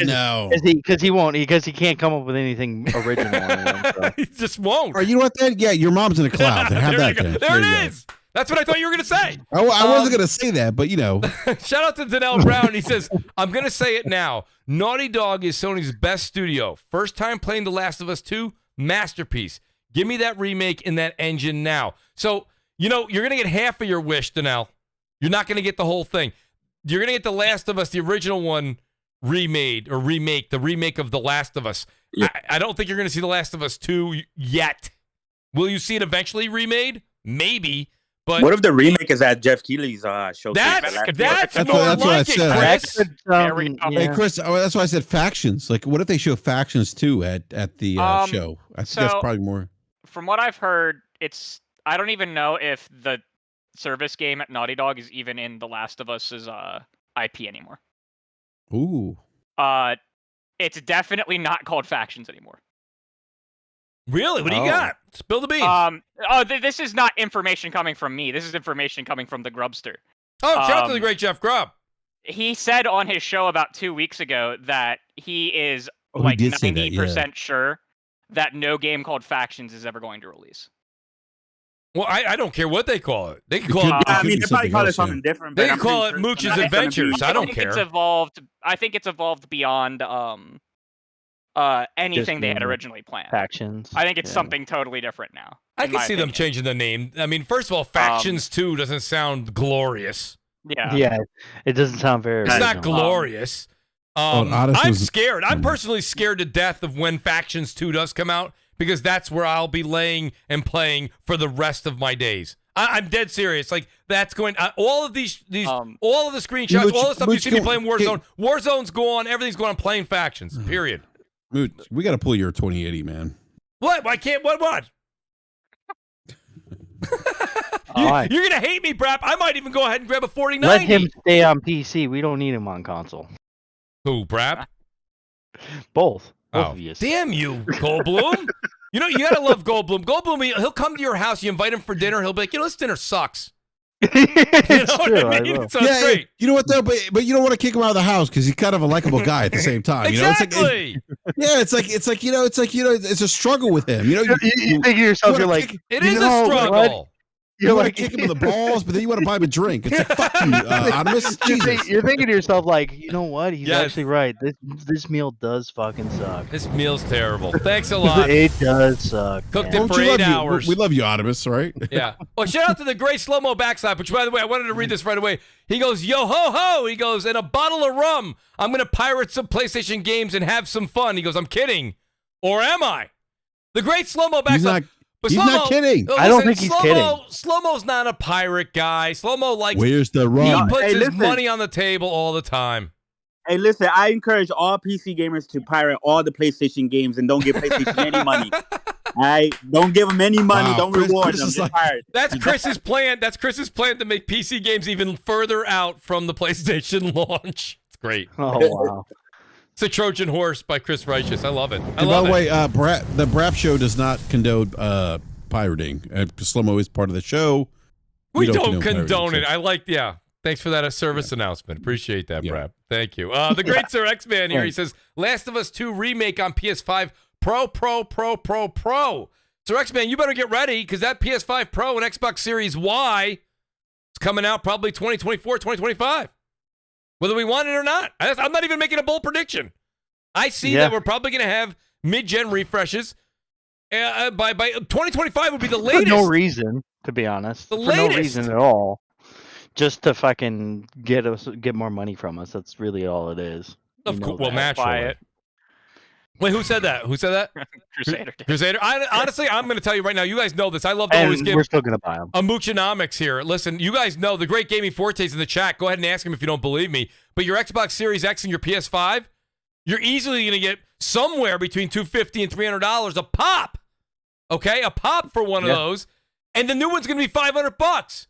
So for an extra $250 out of pocket, you got the latest and greatest. I mean, listen, you can. I really laugh at the same. We really do the same thing on Twitter every single day. It's like a repeat. I feel like it's like Groundhog's Day. Everyone sees the rumor, everyone bashes the rumor, and then majority. I'm not going to say everybody, but probably 60 to 70% probably go back out and of the hardcore. I'm not saying the casual market. That's why you don't see the numbers like rip through the roof. But the hardcore market goes out and they eventually get the Pro Edition. Yeah, they do. You know, and it's because they're like, should I get? I'm the same way, man. Eventually, I'll just be like, why wouldn't you? Why wouldn't you? You know what I mean? It's going to be faster, stronger. It's probably also going to be sleeker, slimmer. It's just everything's going to be working in that direction, and that's the way it goes. And I don't know. Maybe I'm wrong. That's fine if I'm wrong. I can tell you right now, I'm going to be upgrading to the Pro when it comes out. Why wouldn't I? Like I said, our boy Gaming Forte is going to give me $300 for a console you use for 4 years, 5 years. Let's say this Pro comes out at the end of 2024, and you've had your PS5 or your Xbox Series X since 2020. For almost 4 years, 5 years, you use this thing. He's going to give you $300 on your $500 investment. It's crazy. Yeah. You take it. I mean, I definitely buy a Pro day one if they come out with one, but I don't see one that soon. Chris, get a PC, man. Come on. At least, I mean, I had a PC, but unfortunately, I lost that in the fire. But I'm sorry, man. No, you're good. But I don't see this coming out in 2024 because we still haven't. I mean, we've had a little bit of next gen only games, right? Especially on the PlayStation side, they've been delivering, at least a little bit of next gen only games as well. But I feel like we still haven't fully transitioned, even with the third parties, right? So I feel like the consoles have yet to, reach really its potential. And plus we got all these new techniques like FSR and things of that's going to help out with the AI upscaling, that's going to help out with downsampling resolution and improving performance, and these new engines that are going to be revolved around the SSD and shit like that. So I think these consoles, right, are pretty up to date as far as when they release. So I do think we are going to get mid-gen refreshes, but I still think it's still a little bit ways out because we still haven't even seen what these base consoles can truly do and how they're really going to push things. You're 100% right. Yes. Yeah. When we get to the point where it's like the games are getting so demanding that we go back to only 30 FPS without any options, then I'm like, yeah, fuck it. We need that pro. You know what I mean? We need that pro. Right, exactly. I don't see that happening soon. Definitely don't want to go back to that 30 frames per second, 1080p or whatever. No, I'm not. By the way, I also want to say what Chris says. I want to reiterate. I'm not rushing this. And Chris, the only thing you said that I slightly disagree with, if the rumor is late 2024 or early, maybe March, maybe a spring release of 2025, I mean, you've already, again, and I feel bad because there's still people who don't have a Series X or have a PS5 yet. And I feel bad, but I think that's going to start changing in the next 6 months. But my point being here is, if you've had your console for 3-4 years, like I think that's enough now. If you're just getting a PS5 in mid 2023, then late 2024 may not be for you. And guess what? We all know this because we went through it last generation. If you hold on to your PS5 and your Xbox Series X for the entire duration of this generation, you're fine. You're fine. You're not going to miss out on much of anything. It's just the people who like to have the latest and greatest tech and want to squeeze every little bit of energy out of the thing, that's who usually goes up and gets it. And plus, I got to be honest with you, until the day comes where they don't offer us that unbelievable trade-in, I mean, that trade-in is just, for me, that's the hard part. If I had to go put another $500 out of pocket and just literally take my PS5 and put it in the closet, no, probably not. But to say I can upgrade, go ahead. Yeah, no, I was going to say also the Pro as well came out, I think it was like 3 years later, after the PS4. But I think the difference this time is, I mean, the PS4 and the Xbox One were severely outdated on the power at release. I don't feel the same with the tech with the PS5 and even the Series X, at least for now. And then plus, development has been delayed a lot due to the COVID and the pandemic. So I definitely see this as a longer generation, and things that maybe would have came out in 2024 or whatever is probably being pushed back because everything else is being pushed up as well. So maybe I can see the end of 2025, but I don't see it as soon as 2024. At least not yet, because we still haven't fully transitioned into next gen. At least with the PS4, we were already like fully transitioned into next gen, like right from the start. You know what I mean? So yeah, that is very true. Yeah. And I will offer one counterpoint to that. Go ahead, Crusader. One of the big benefits of the Pro consoles in the last generation was it goes back into what Mooch said. When you trade them in, you're essentially getting another console on the market, and you're getting your hardcore base to take their existing consoles and sell them, and then more people are going to buy those used consoles. Now, you might say, why the heck does Sony or Microsoft want those used consoles sold?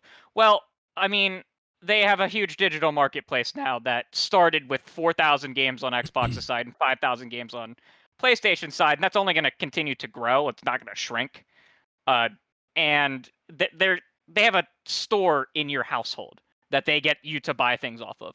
So they don't really care if the hardware is being bought, used, or sold. They care that you're buying those games digitally in your house. Right. Right. So getting your enfranchised gamer to sell their system and putting more on the market at a cheaper price that some less enfranchised gamers, you're making money off of more people. That's a great point, Crusader. So releasing the Pro versions of the consoles it's a smarter move, and that's the same thing that you see Apple do with their cell phones coming out every year, or any other cell phone company, because the real money doesn't come from the cell phone; it comes from the app stores. The app store, absolutely. And so I actually see that, I don't think there's ever going to be a point again where we're not going to have backwards compatibility. I think they're going to have to keep compatibility with everything they have, because they're going to want that store, because you're going to be able to sell God of War 2016 to people on the PlayStation 8. and that's great. People will still buy it. I guarantee it. Right.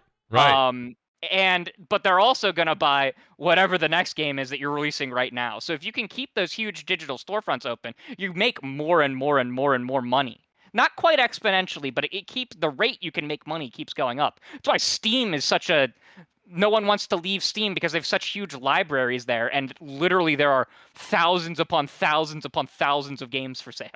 Absolutely. No, those are all very, very valid points. Great business point. Yeah, I was going to say that's a great point, Crusader, because I think that's like people talk about like Game Pass and the value of the Game Pass. I think for Game Pass, the ultimate value of that is then what like Strauss Zalnek has been talking about is that library of content, right? Yes. That is so attractive to people. That's where the money is. You're going to have like 16 Call of Duty campaigns on it, right? Yeah. Say what you will, those multiplayers might be dead, but those campaigns are all really quite good, you know?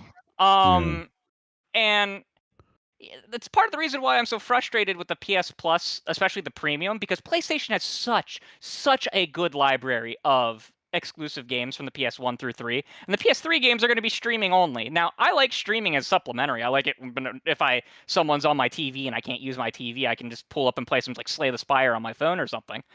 But I don't want to play the PS3 games not natively. I agree. I bought 15 PS3 games physically to play on my PS3. I played through the entire Killzone games. First one, not so great. 2 and 3, fantastic. Shadowfall, I wish I hadn't have even bought. Yeah. So I think this is. I'm sorry, I don't mean to interrupt, but I think this is where like I think a lot of us have to remember and I'm not like I get what you're saying, and I like obviously like a native experience might be better, right? But I think some of these decisions boil down to data, right? Like these companies are making decisions based on data. Like, does it make sense for Sony to invest X amount of dollars into something that a lot of people may not use? And I think it comes down to that. And I only highlight that because a lot of money into that to fucking get that to even work. And I only bring that up because I see a lot of people say, "Oh, well, it sucks," and they forget that. Wait a minute. It's not that it just sucks, but there's some rationale behind this besides it sucking to you, right? That these companies actually look at the data and make decisions based on that, right? Does it make sense for us to do this? Mm-hmm. Our consumer base, do they want to consume, PlayStation 3 games? Can we make it happen streaming? Are they content with it streaming? And some people may be content with that. Like, like I use my kids as an example, and this doesn't apply to everyone, but my kids play PlayStation 3 games streaming right now, and they don't know the difference. They really don't. And so it just, native, would be great. But from a business perspective, I only bring the business case up because I think people forget about that a lot when they talk about this particular topic. Like, it may not make sense for Sony to do it. And I think if it doesn't make sense for them to do it and you can still have a good experience, maybe that's the trade-off. Maybe library that's okay. too. Yeah. So, there's so many games missing. But you are, and I was going to say, but you are getting a lot of library. Yeah. With the PlayStation Plus thing, the PlayStation 1, PS2, and Sony admittedly has been slow to, kind of open up the coffers, if you will, compared to Xbox. But they seem to be heading in that direction. And I think with them, I think it's going to be more of, maybe not day and date, but more of, hey, if you want this service, if you want access to a library of content, we have this for you, and it's an option. Well, I'll tell you, Zuby Tech. Shout out to the great Zuby Tech. He's in the chat. He is really laying a lot of great information down. And like I said, these are usually, he does not just list opinion. These are things he's read. He's got all the articles. He's got all the sources. He says PlayStation 5 is working right now currently at 350 watts. Engineering has moved that to 250 watt, the 250 watt mark now. And he gives explaining why that they're actually wanting to move towards these pro consoles. So shout out to him. Shout out to the great Sir X-Man who joins the panel. Sir X-Man, I believe I have a question here from the great Andy Hart. So if it's a question to the panel, I will pose it to you, Sir X-Man. He says, does the panel think next generation refresh this generation? That's what it says, I swear. I mean PS5 Pro, Xbox Super Series console. I personally don't agree with it. People still struggling to get this generation's console. Panel's thoughts, please. So I guess, Sir X-Man, great way for you to kind of introduce. I came in here. What do you think, Sir X-Man? Is this something you're going to pick up a Pro edition? Oh, I've said it on a few podcasts. No. I just got a Series X because I had plenty of time. They have not pushed the power of these games yet, because they didn't even push the power of the Xbox One X. Right. And then they moved on that quick. So I figure I'll wait a couple of years and then I'll get me an Xbox Series X. There'll be more of them out there.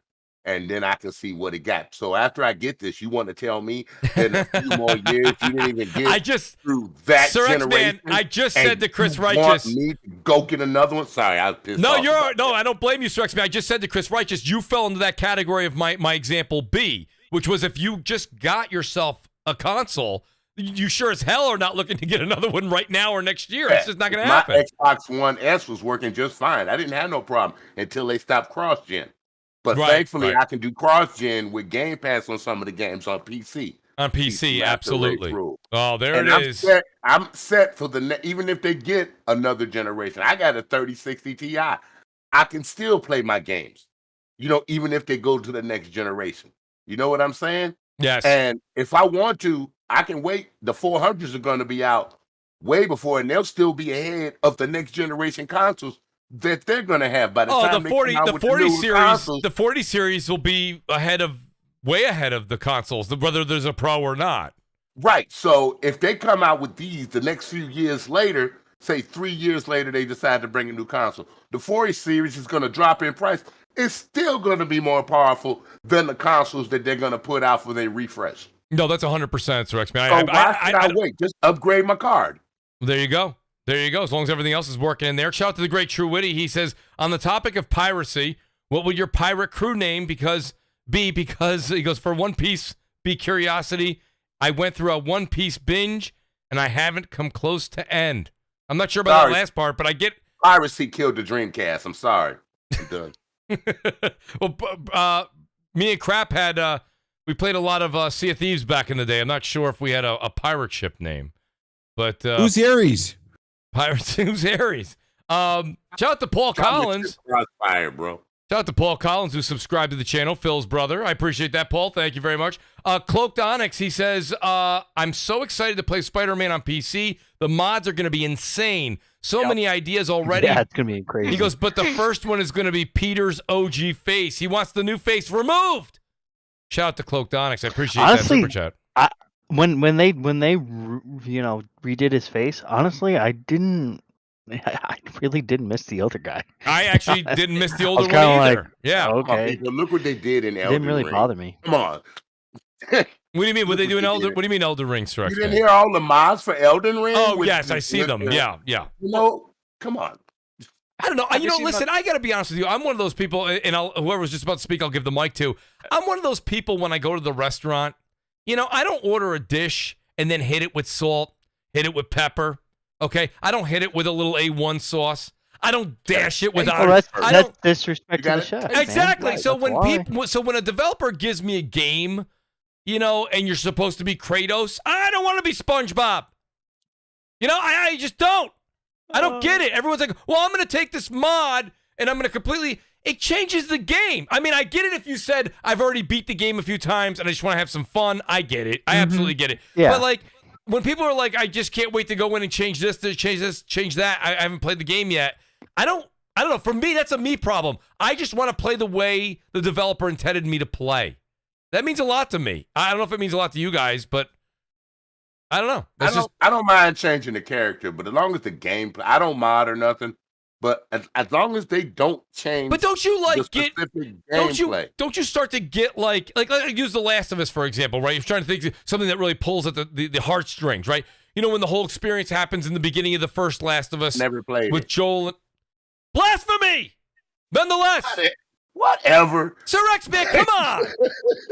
Will you? He's a PC and a bot. Dude. I guess the great Sir X-Man is here though. I'm just happy he's here. But my point being is that I just think that when it comes down to it, Sir X-Man, you're Joel, right? And you go through all those things. If Joel all of a sudden was Ronald McDonald, not interested. Not interested. Takes a little away. I totally understand what you're coming from. That's why I don't mod. I like watching people that mod because I think some of it's funny. But as a pure gamer, I would never do it. Like I play with a controller. I hate mouse and keyboard. If I got to use mouse and keyboard, I delete the game off my system. I don't play. Bomber Shed 77 says, by far the dumbest thing Mooch has ever said. I don't think that's the dumbest thing I've ever said ever. No, I've heard dumber. I've heard Yes, some thank you. dumbass shit that came out of Mooch's here we go. mouth. Yeah, open up the Goldblum files. All right, listen, here we go. Listen. I have two, by the way. Mooch says some really dumb Hey, shit. let me in the tell you past. something. I'm going to no go. better. There's times where I'm sitting here like, I love everything I've said. There you go. No, you haven't, Mooch. Until it goes to Twitter. Mooch, I don't even think you believe half the crap that come out of your Yeah, mouth. I don't think either. Yeah, I would agree with let me that. tell you something. All right, people that write scripts for Hollywood, okay? Hey, Mooch, how about Google Stadia? All I said was Google Stadia will be here as long as XCloud. That's all I'm saying. No, you were so early about it. I It was don't the know, future. Mooch. They never said it's the future. I don't You think didn't say it was the future. How can I You say it said was the future? I never said it's the future. Never. You were like, this is the future, guys. I want to hear it. I want to hear it. We're gonna go back and pull Go receipts, ahead. man. All I said was if xCloud's the future, I said Stadia will be the future too, and both of them are not Mooch, the future. Mooch, you were like very bullish on it though. I was bullish on the fact that people were saying xCloud's going to make it and Stadia's not. And clearly you can see Stadia's still around. And except for the 8 people on Twitter that once in a blue moon, Sir X-Man being one of the 8, saying xCloud's still around, Mooch. So Stadia. Yeah, but Mooch, you said Stadia was the future. No, I said it's the future as long as xCloud's the future. And xCloud's not the future, neither is Stadia. You never said that. You never said that. xCloud for 2 hours while my girl was in the doctor's office. So I had a good time. I was playing John Madden. I was having fun. You were in the doctor's office with your nurse? What? Oh gosh. Your mom was there. Enough for you last night. I don't need it today. No, I honestly, I think he's referring to the mod thing. I just listen. If you guys like your PC mods, knock yourself out. But even when I play a game on PC, I don't use the mods. I don't. I understand. Okay. I guess not. Did you ever use a Game Shark back in the day? A Game Shark? Yeah, for Game Boy games. To manipulate your game, like in the Dreamcast. Oh hell yeah, I had that for my Game Boy Color. I had I don't. Was a Game Shark? Was that for Genesis? No, that was for Game Boy Advance. Game Shark. No, but you should have said the cheat codes for GTA makes more sense. Oh, okay. It was a Game Genie for Genie. the what color, right? You never had one? I know a friend of mine had a Game Genie. Absolutely. We're not as old as you, Sir X-Man. Yeah, you got to go way back, Sir X-Man. You know, you're from like. Dude, it was only in the 90s. Come on now. That's right. Let's not go too crazy with age. I had one. Was it the 90s? I don't know. I had one for my Dreamcast. Come on. No, from the 90s. It was a Nintendo Entertainment System. Well, you know what's funny too? Shout out to the great Jeff Grubb. I had asked Grubb because he was doing a lot of Is Grubb here? I don't know if Grubb's in the audience. He just moved, so he may not be here. But Grubb was talking about the Steam Deck, right? And so I said to him, I said, Jeff, what's a good game to play? And he goes, honestly, he's like, pick up Skyrim on Steam, and he's like Skyrim has some of the best mods. I think that's what he was saying. Yep. And so that I guess going back and playing an older game like that, I guess I could get my head wrapped around that. But like a new game like a Spider-Man, I don't know if I would want to take Spider-Man and put like, you know, Grimace's face on Doc Ock. Okay, I don't know. To your point earlier, Mooch, did you beat Skyrim? Did I beat Skyrim? No. You said earlier, I can see using mods if you beaten the game, but you never beat Skyrim, so you need to play Skyrim to beat it. This is true. To go for the mods. I don't know if I'll ever get to Skyrim. That game is just because when Jeff said that, I did way longer than Elden Ring and any other game. It's not even the length of it. I was looking at the game. The game it's just so archaic. It's just so old. I'm like, I don't know. Oh man. I just got a 3080 Ti a couple months ago. Okay. Nice. And Skyrim was the game that I used to literally abuse it with a bunch of like graphics enhancement stuff. My current plugin list, I think, is at 400 for the mod list. All of it's lore friendly. I personally don't like the like mud crabs with the monocle or like Master Chief showing up in games where he doesn't belong. Right. But I really like games that are designed to be mod because like the whole everyone makes fun of the creation engine, but the creation engine is literally built for one reason, and that is to allow for user created content. It is literally just drop files in and they work. Yeah. And that's one of the things when people are like, I wish Bethesda would move to Unreal. I'm like, you're stupid. Because the glory, I want them to fix their engine. But the glory of Crusader, the way the that works great on PC though, but not so much on console, I think. The mods work pretty good on Xbox. They do not work well on PlayStation because Sony has rules about what they can and can't have. But on Xbox, they'll let you carry mods from Bethesda over to console. They have, if the mod author lists them on the store properly and they're compatible, a lot of the biggest ones are. A lot of the best ones. What are some of the good mods for like the Bethesda games, the Fallouts?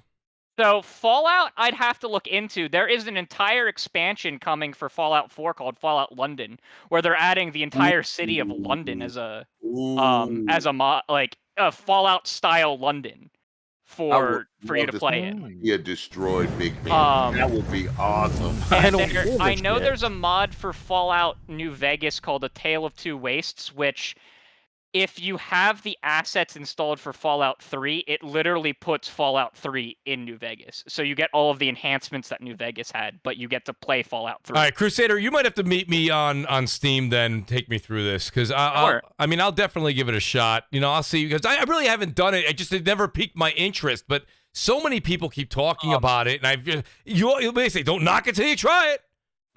It's a little bit more than just downloading. You have to do a few tweaks, Yeah. The other great game to mod is Minecraft. Minecraft has like one of the best modding communities in existence. Well, I play modded Minecraft all the time, but that completely changes the game. I personally would rather paint an entire mansion. I have no interest in Minecraft. I'd rather watch Mooch paint an entire mansion. I bet you would. How's that lemonade back there, Dark? It'd be more entertaining. Yeah, absolutely. That's like asking me to go back to the OG Xbox and play Barbie horse riding. Not gonna happen. No. So when I'm playing, we're playing like I know. You're probably in like chemistry, and like you gotta react to everything so that you can create like one dimethyl hydroxine or whatever. Crusader, I know you're not just doing block on top of block. I know you're not. No. I listen. The kids love watching all the big mod Minecraft channels on YouTube, so I see what you're doing. I know what's going on. What do you call it there? What was I gonna say? So we got, where's the great 3 Mile Island? He says, that's not we're on Andy Hart. I made my last point because these consoles are not even 2 years old. Personally, I think it's the wrong time to mention new hardware sales. Do you agree? Yep. So part of me agrees, and part of me is like, well, if they want to get more stock on the market, the best way to get stock on the market is to get us morons to sell the ones we already bought. So true, because we're morons. We're gonna fucking buy it because we're like, it's hotness. That puts all of the silicon that they can produce on the market, plus all the shit they've already sold, back on the market. So like, it's not the dumbest thing in the world to think about. It's not really. I mean, I get that. Let me get these last 2 super chats, and then I do want to get, there's a couple of great topics here. We'll kind of go through speed round here for a second. Shout out to 3 Mile Island. Everyone's got a great memory. What was your SAT scores? The great 3 Mile Island, he says, I remember when Mooch and Crap said Corey Balrog fake playing God of War live watching E3 2016. Mooch, you've really changed since then. Well, I got to be honest with you. I've said this for multiple E3s. Do you remember? You have changed, Mooch. Well, listen, who hasn't? Especially after the pandemic. Everybody's changed. Listen. Let's be real here for a minute. When we used to see gameplay being done on stage back in the day, and I don't remember that, but I believe I'll take his word for it. But I remember saying to Crap a lot of the times, it doesn't look like the people on stage that were holding the controllers looking down, they were looking at a screen. It didn't look like they were actually playing what we saw. You saw a lot of button mashing, and maybe it was the delay. Could have been a delay. It was the delay, Mooch. But you saw a lot of button mashing, and what was going on screen was not matching what those people were doing. No, it was a delay, man. Well, whatever it is. Well, guess what, Brap? They don't play. Guess what? Say what you want. They don't play on stage anymore. You know why? Because you guys were angry at them. Oh, yeah, apparently. Yeah. Mooch got to the front line. No, I don't think so.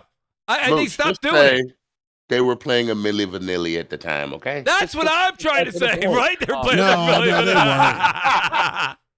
You know? Hey, Sir X-Men, they weren't Milli Vanilli yet, but that was there was definitely some lag. I mean, there was lag. Well, don't forget though, Brap. The reason I think they actually, because we did discuss this in depth too at one point in time, the reason they actually took them off is having a live show already represents tremendous risk, right? So now having a live show with a game that may have not gone completely gold yet is even a higher risk. You don't want the game to malfunction or have an oops on a live show. Mooch, it doesn't look good. Well, think about this. I mean, I think the dynamics have changed a lot because now like E3 is not really a thing anymore, and like Sony, Nintendo pulled away from E3 and they could do their own thing. They but even the last few E3s, BRAP, you will. But even the last few E3s that we did have while E3 was still a thing, they pulled. They stopped really doing that live gameplay with people on stage stuff. I want to say around 2016, 2017. That was it. And then they stopped doing it, which, by the way, I would think from a marketing or a PR, I would say good move. Yeah. Yeah, they pre-record the shows now and launched them at the time. Pete Hines has a hilarious story about that. So they actually do play it live. Pete Hines, when he was demoing Fallout at, I think, Gamescom, he was playing it live on stage. And they have someone who has a controller in the back who knows exactly like what they're supposed to be doing, so that if something would go wrong and Pete's controller would disconnect, they have someone in the back who knows the exact route that they're going to go, and they practice this. So that's a Milli Vanilli. Yeah. Well, so the person on stage is supposed to is the one playing. Evidently, both people's controllers disconnected. Right. During the live play. And they have a third person who scrambled to find an Xbox controller, sync it, and they cut for a minute, and they had a screen come up with like information on it, and you know, Crusader. This is what I'm saying. It's all coming back to me now. I don't keep a log. That's actually pretty funny. But there was a lot of these reports that came out why they stopped doing this. Yeah. And this is one of the great reasons. That's what I'm saying. Well, so when you see it, it's because of you, Mooch. Well, you know what? Maybe they were big Mooch and crap fans. I don't know. What do you want me to say? Because of Mooch. Historically, it's always your fault, Mooch. It usually is.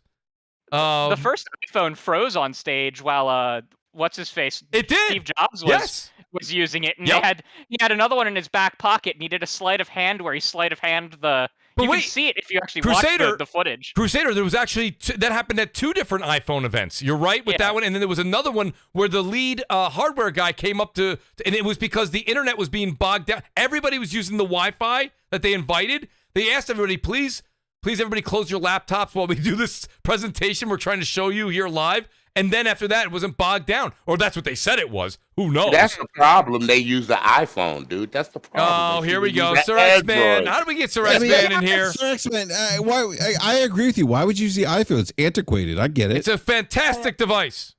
Android supremacy.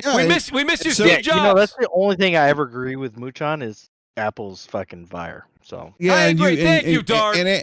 I can't take Dark any seriously because I can't take Dark seriously. Shout out to Cloak I can't. He helps me out here. He says a list of Spider-Man mods: OG's Peter's face, skipping the MJ sneak parts. That's okay. I can see that. VR support. Okay. Not safe for work. Black Cat. Okay. I don't know. Apparently she's in it and does something crazy there. She's in the DLC. Multiple. Yeah, I played the DLC. But I forgot for a second there. Multiple costumes and possibly story expansion. So Cloaked Onyx, nice. That's another advantage to PC, Mooch. Mostly Steam will let you do a lot of their games if it wasn't in VR before. But Sir X-Man, they'll throw it into VR. But the thing is are the mods kind of like the pirated games in the sense where it's always not of good quality? Like it could be it won't be a mod. That'll be a Steam authorized thing. Steam will make sure it'll be able to do So those things that Cloaked Onyx just said are all things that you would be Steam verified. Correct. Not necessarily. No, not mods, not the safe for work one. The VR would. The VR would be Steam verified. Probably the VR. I could see that. So I'll tell you what, Mooch. You go look up tonight.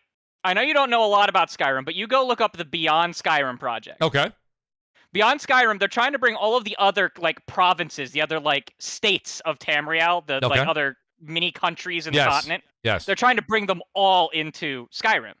Fully voice acted, open cities. How far along are they, Crusader? Cyrodiil has its pre-release right now. You can play in one of the cities from Oblivion called Bruma. Mm-hmm. Are they going to put the Elder Scrolls worlds in there too? So I know the ones that they have all of them planned. BRAP's having a field day. This is going to be on Xbox. At least the Cyrodiil one. You can play Bruma on Xbox right now. Oh, it's not I thought the rest of it was going to be on PC only, but I could be wrong. It's not going to be on the original edition of Skyrim anymore. Well, I'm going to read. Let me see. Edition. So, Crusader, I'll read this super chat from Cloaked Onyx again. You're the only one who's going to know what this is, apparently. He says, I'm playing Skyrim on my 3090 Ti. We know what that is right now. By the way, great card. And he says, my mod list is around 150 plus plugins. He says, best one is DYN Dolad.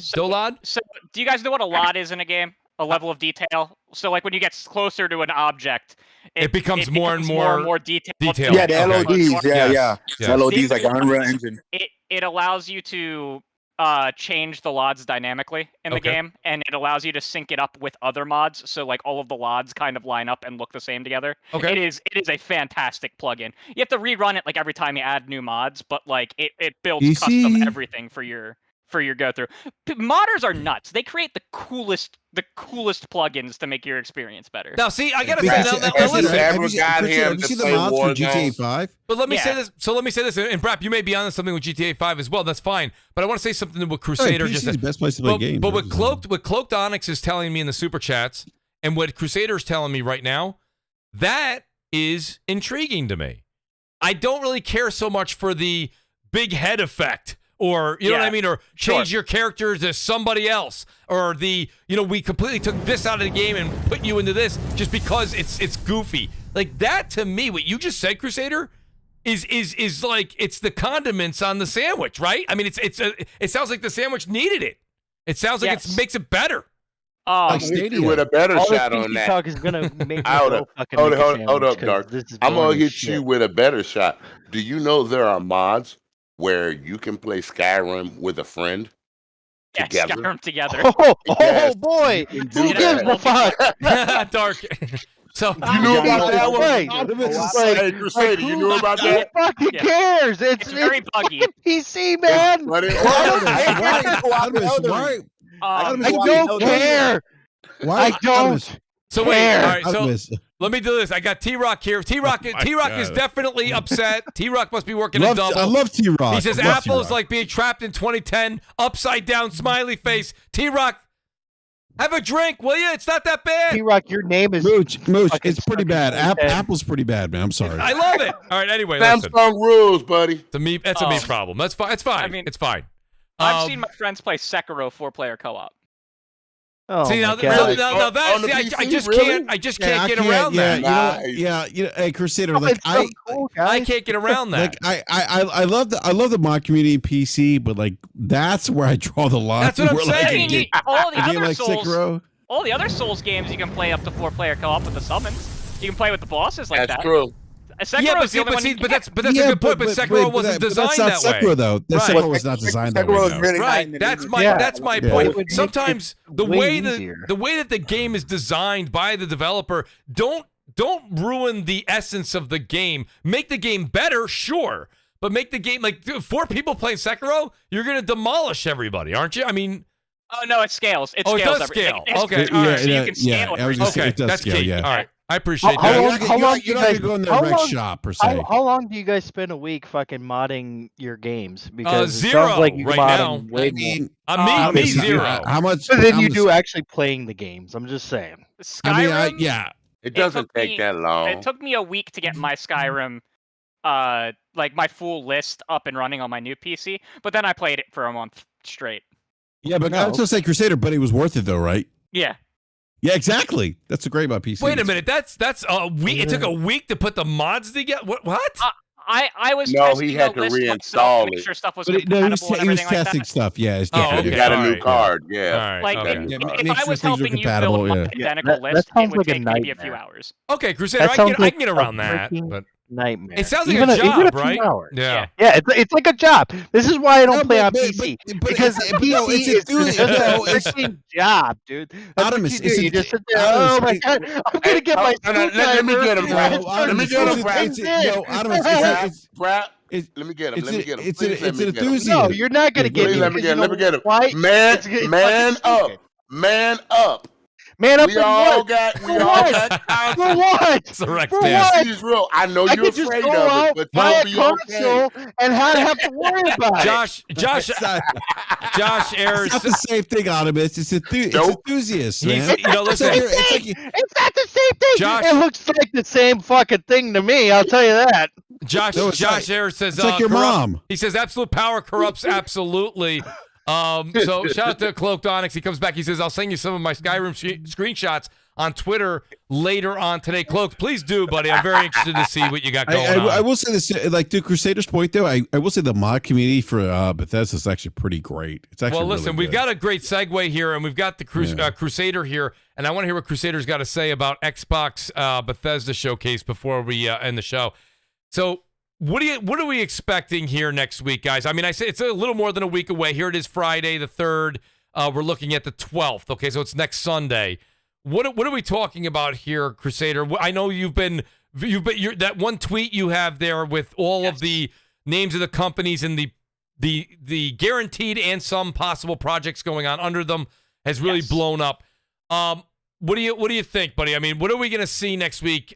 Realistically, let's put the pipe dreams away. What is it we're going to see? So we're going to see a lot of gameplay for sure. From what Jez has been told, and I've been talking, I talk with Jez Corden all the time in DMs. Mm-hmm. They've had a mandate to have gameplay for the studios. Now, that's not to say that there's not going to be a CGI trailer or two. I guarantee the final trailer of the showcase is going to be a CGI trailer for a game that's out in about like years away. But, right. That'll be their one more thing. But I guarantee we're going to see Avowed. I guarantee we're going to see Starfield. We're going to see Redfall. Yep. We're going to see... does anyone who Josh Sawyer is? He's one of the lead directors at Obsidian. I did not know him, no. I apologize. He is working on a smaller project with a smaller team. I think it's like 20 to 25 people. Mm-hmm. It's supposed to be a combatless RPG. So similar to... what's that game called? If I can think of the name of the game, I'll bring it up later. But it's codenamed Project Missouri. It has been leaked by both Jeff Grubb and Jez to be called Pentiment. It's set in like the 1600s. Okay. I'm 99.99% sure that's going to be there because he's been kind of teasing that his project is going to be shown soon on Twitter. Okay. I think we're going to see a bunch of games hit Game Pass. I don't know exactly what. I think they're going to have at least one large, unexpected third-party game announced as a day one Game Pass game. I thought maybe Sega seems to like Game Pass. In the past 18 months, I think they've put 11 games into Game Pass, and like 9 of them so day one. maybe the Sonic game? I was thinking maybe the Sonic game, but then Sonic they showed Frontier? the Sonic game with IGN, so I'm not so sure about that now.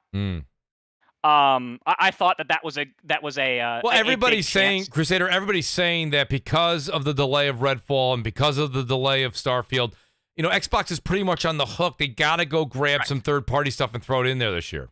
I agree with that. I think we're gonna see a Gears collection. Absolutely, that I totally. If I don't see that, I would kind of be disappointed. And listen, we all have jokes and we all have fun, but listen, that's something I'm buying day one. You know what I mean? Like I'm more of a Gears. Well, let me put it this way. I'm more of a Gears 1, 2, and 3 person than Halo. That's a me. Same. I understand. You know, so if they're gonna redo what we used to call the Marcus Phoenix collection, okay, whatever you want to call it, the Gears Master Chief Collection version of Gears, I'm totally down for that, Crusader. I think they're gonna bundle the games that are on the 360, the 4 games from the 360. Okay. Now I think they're just gonna straight up use the Gears Ultimate Edition and maybe throw that's fine, spicing it up a little bit for the Series S and X. Yep.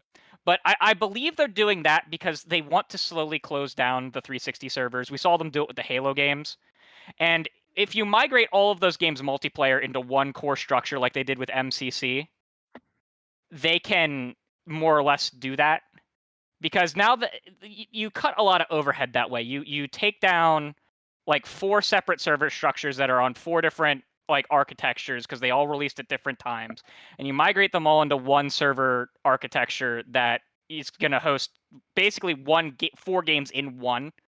and it becomes a lot easier to manage, and then you can put them on dedicated servers and all that hotness, right? So I think that is part of the drive as to why they want to do that. We're going to see the GoldenEye remaster, remake, whatever you want to call it. Yes. We saw another achievement get unlocked for that the other day on True Achievements. So I think that's coming. I don't know if Xbox will show that or if Nintendo will show that, though, because the rights for that game are in all kinds of flux. Like, MGM has rights to it, Xbox under Rare has rights to it, and Nintendo has rights to it. It's all kinds of in flux. Yeah. I think you hear that announced for Game Pass and NSO at the same time. Yeah, but remember, Nintendo and Microsoft are friends with each other. They're fine with it. And I agree, and I think that's why we're finally getting it. But I think if it comes to Xbox and Game Pass, it comes to Nintendo Switch and NSO. Yeah. That's just me. So, you know what's funny? Somebody said this to me a while ago, and you know, and they're also with the same folks. They speak to people and kind of the know. And he said, he says, Mooch, I think you're gonna find the Xbox game showcase with Bethesda to be a very good show. He just said, I don't know if it's going to be like that, because everything you're mentioning right now, I'm liking what I'm hearing. I really am, actually. But there's no, I don't sense a whole lot of wow moments. Or is there? Do you have a wow moment that you could throw at us? Yeah, Mooch.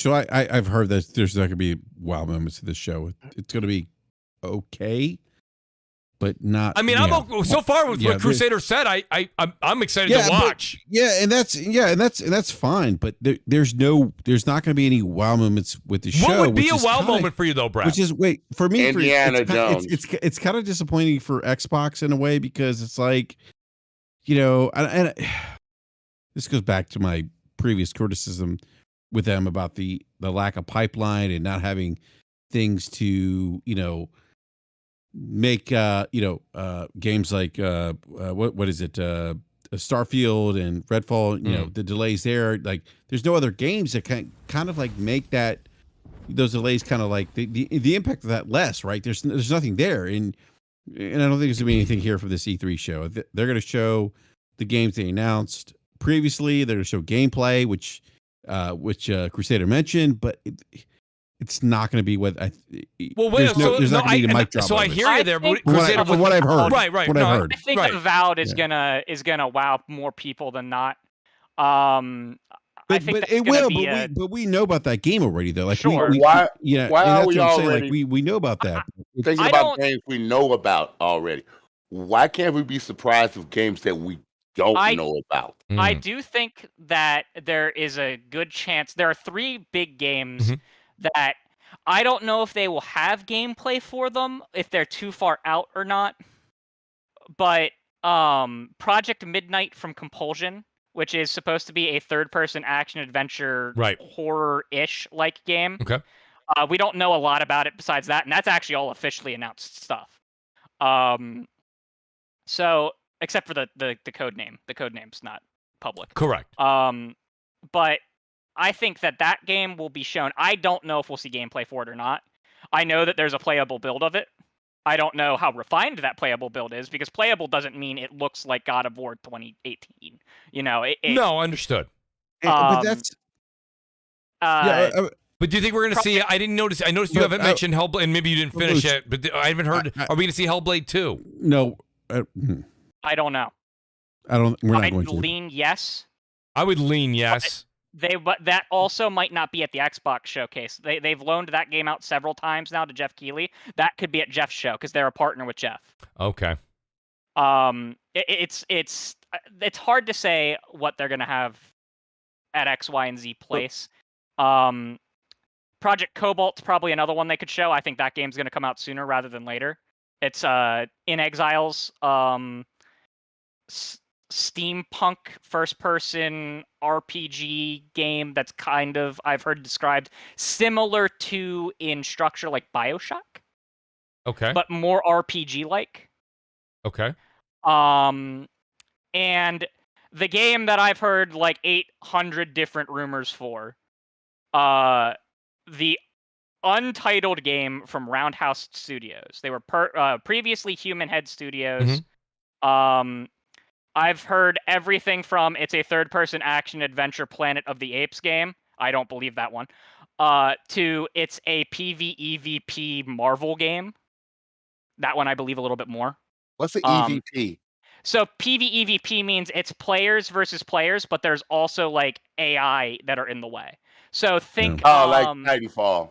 So think Like that, like Titanfall DayZ. or Wait, say it very again, Chris? lightly like Halo 5. Halo 5's Warzone was technically like that. Oh, okay.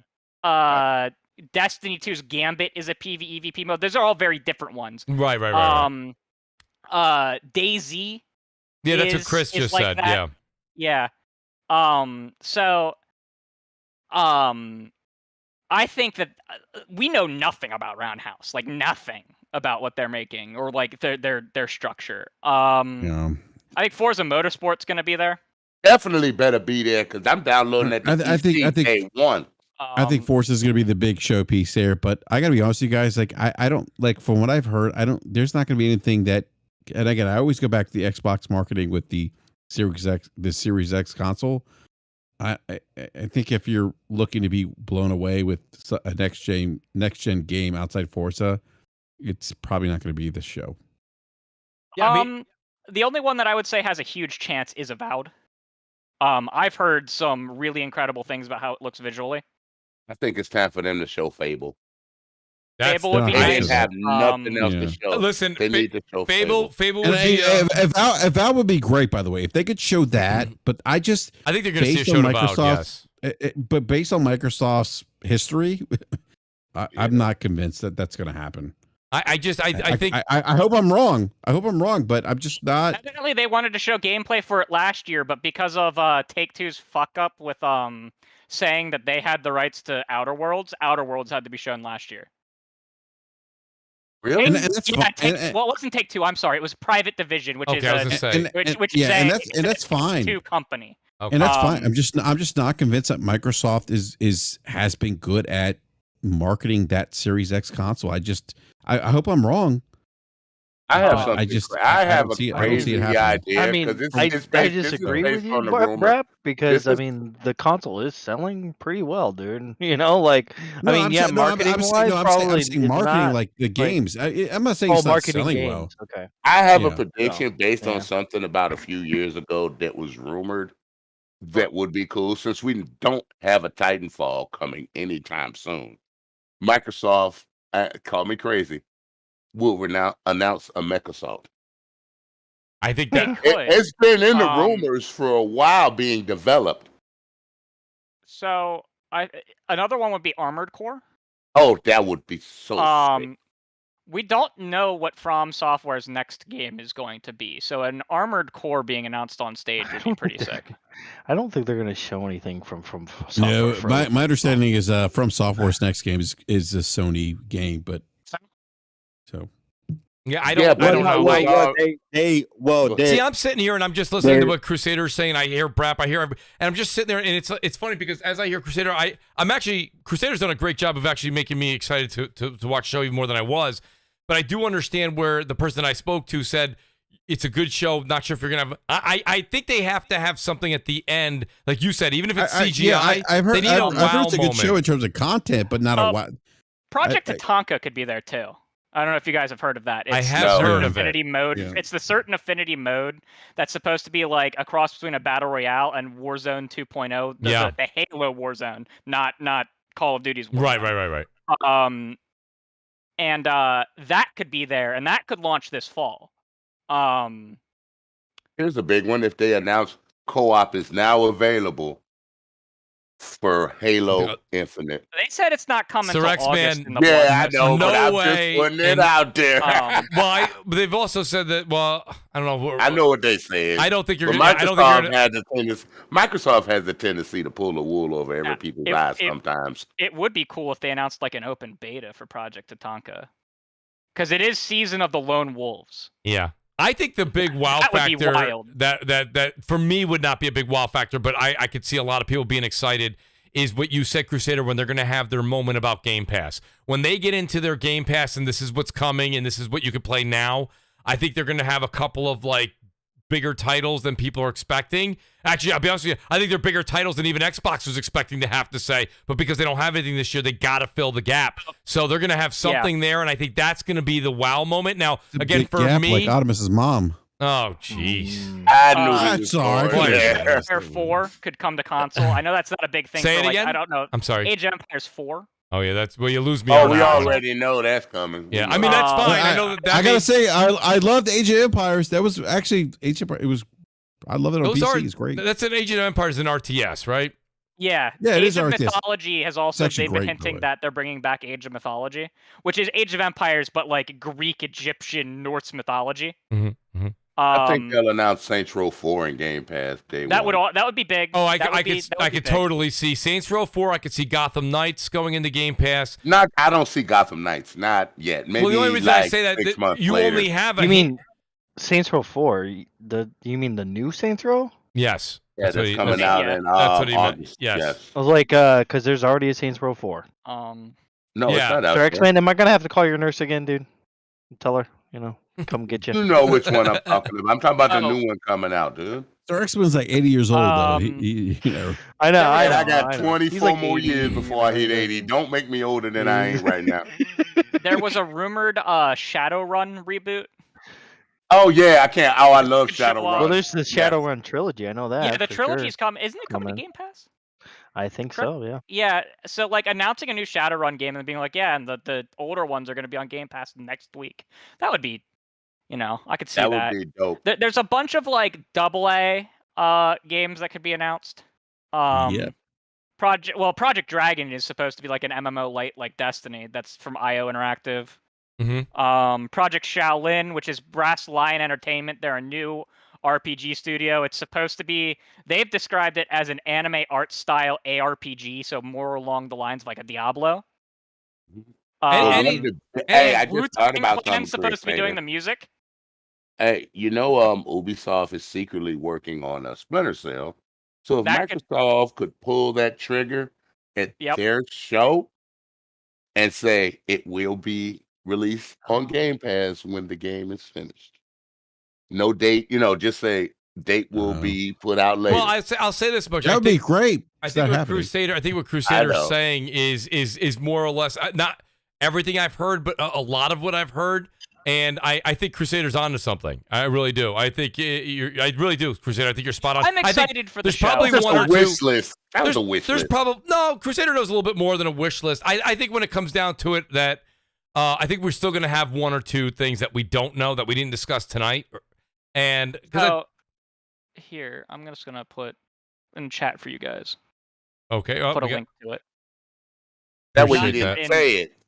It's just it's not a chat for that. So It's let just me- a link to. So let me do this real quick. I'm gonna Chris a link to Righteous. the list Chris, of my sourcing. Chris, I mean, I say this, Yep. Chris, and if I'm wrong, just please tell me I'm wrong. I have no problem saying that. I like to have fun and say I'm not wrong, but nonetheless, Chris, you being I always go to you for my PlayStation knowledge for a lot of things. Hearing what you're hearing from Crusader, what you've heard over the past couple weeks, and what you're expecting going into the next 10 days, what do you think about the Xbox Bethesda Showcase next Sunday? What you're hearing from Crusader, what you've heard online, is any of this exciting you? Is any of this in your wheelhouse? Is there something you want to see that you haven't heard yet? Well, for me, the main things that I'm interested as far as like from Xbox, their first party games are pretty much the RPGs. I'm a huge fan of RPGs. I played tons of JRPGs.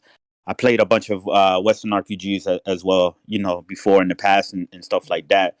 So, I do want to see more of Avowed from Obsidian because I feel like Obsidian is the better Bethesda in my opinion. Wow. I feel like the style of they make similar styles of RPGs like the first person, exploring and stuff like that. But I feel like they usually have better gameplay than Bethesda games. I like some of the Bethesda RPGs as well too, but my biggest issues with those games have always been the combat has always been slow and clunky and stuff like that.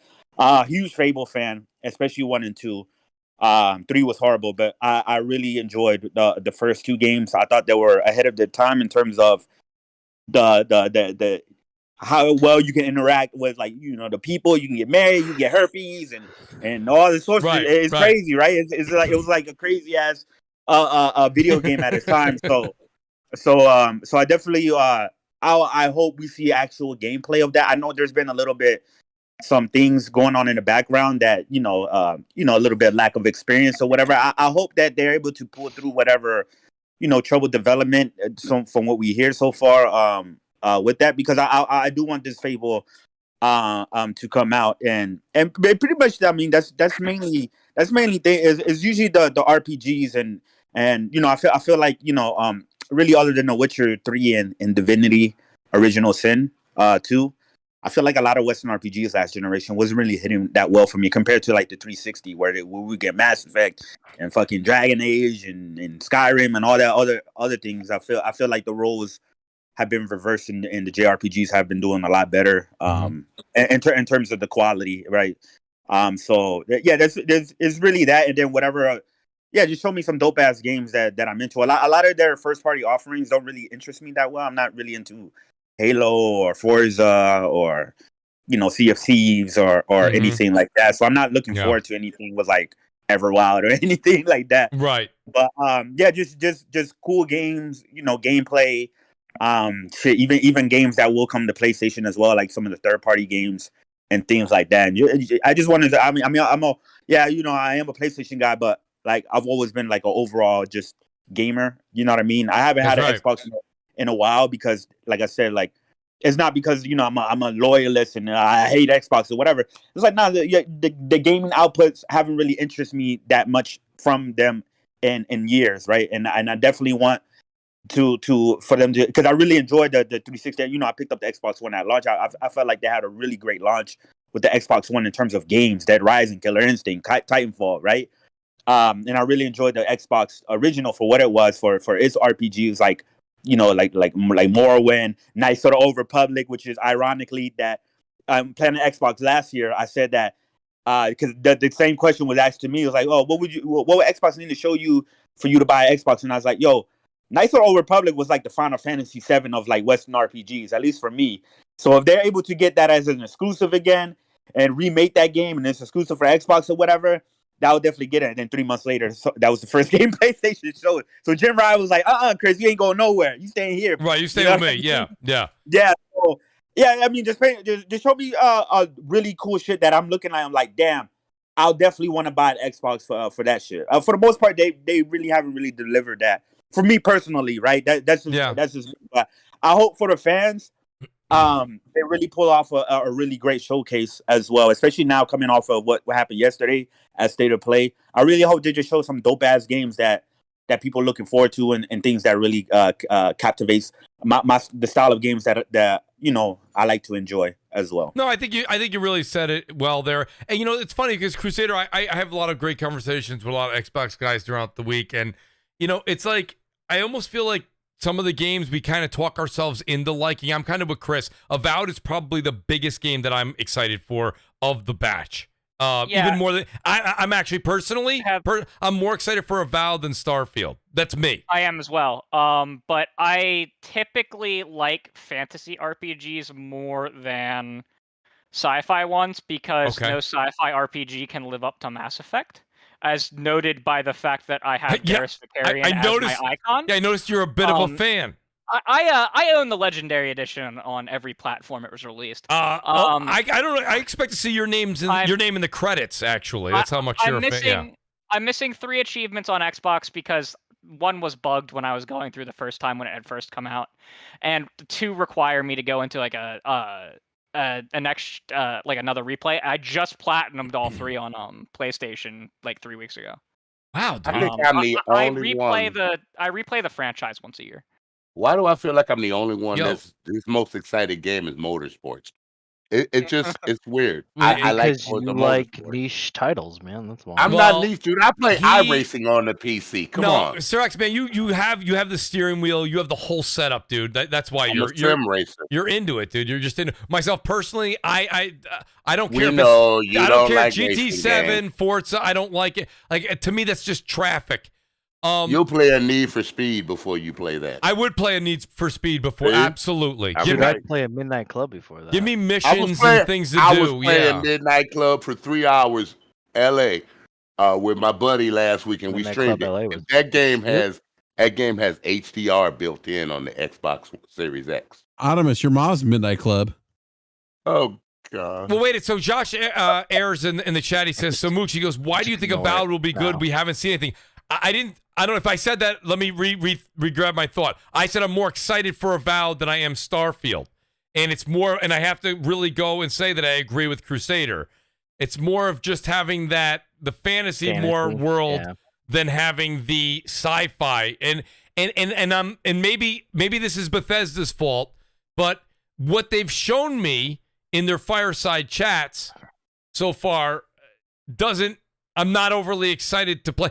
Do you know what it looks like? It looks like an open world Prey, which I liked Prey, but Prey got a little long in the tooth at the end.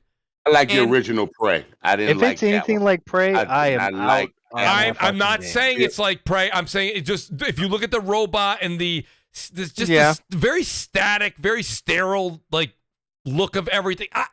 To me, it just was very. It looks very bland. I didn't like the revamp. Did you ever play the original, Mooch? I did not play the original Prey. No, I did not. The original is way better. I played the one that came out in, I think, 2016. I can't remember when the other Prey came out. 2017.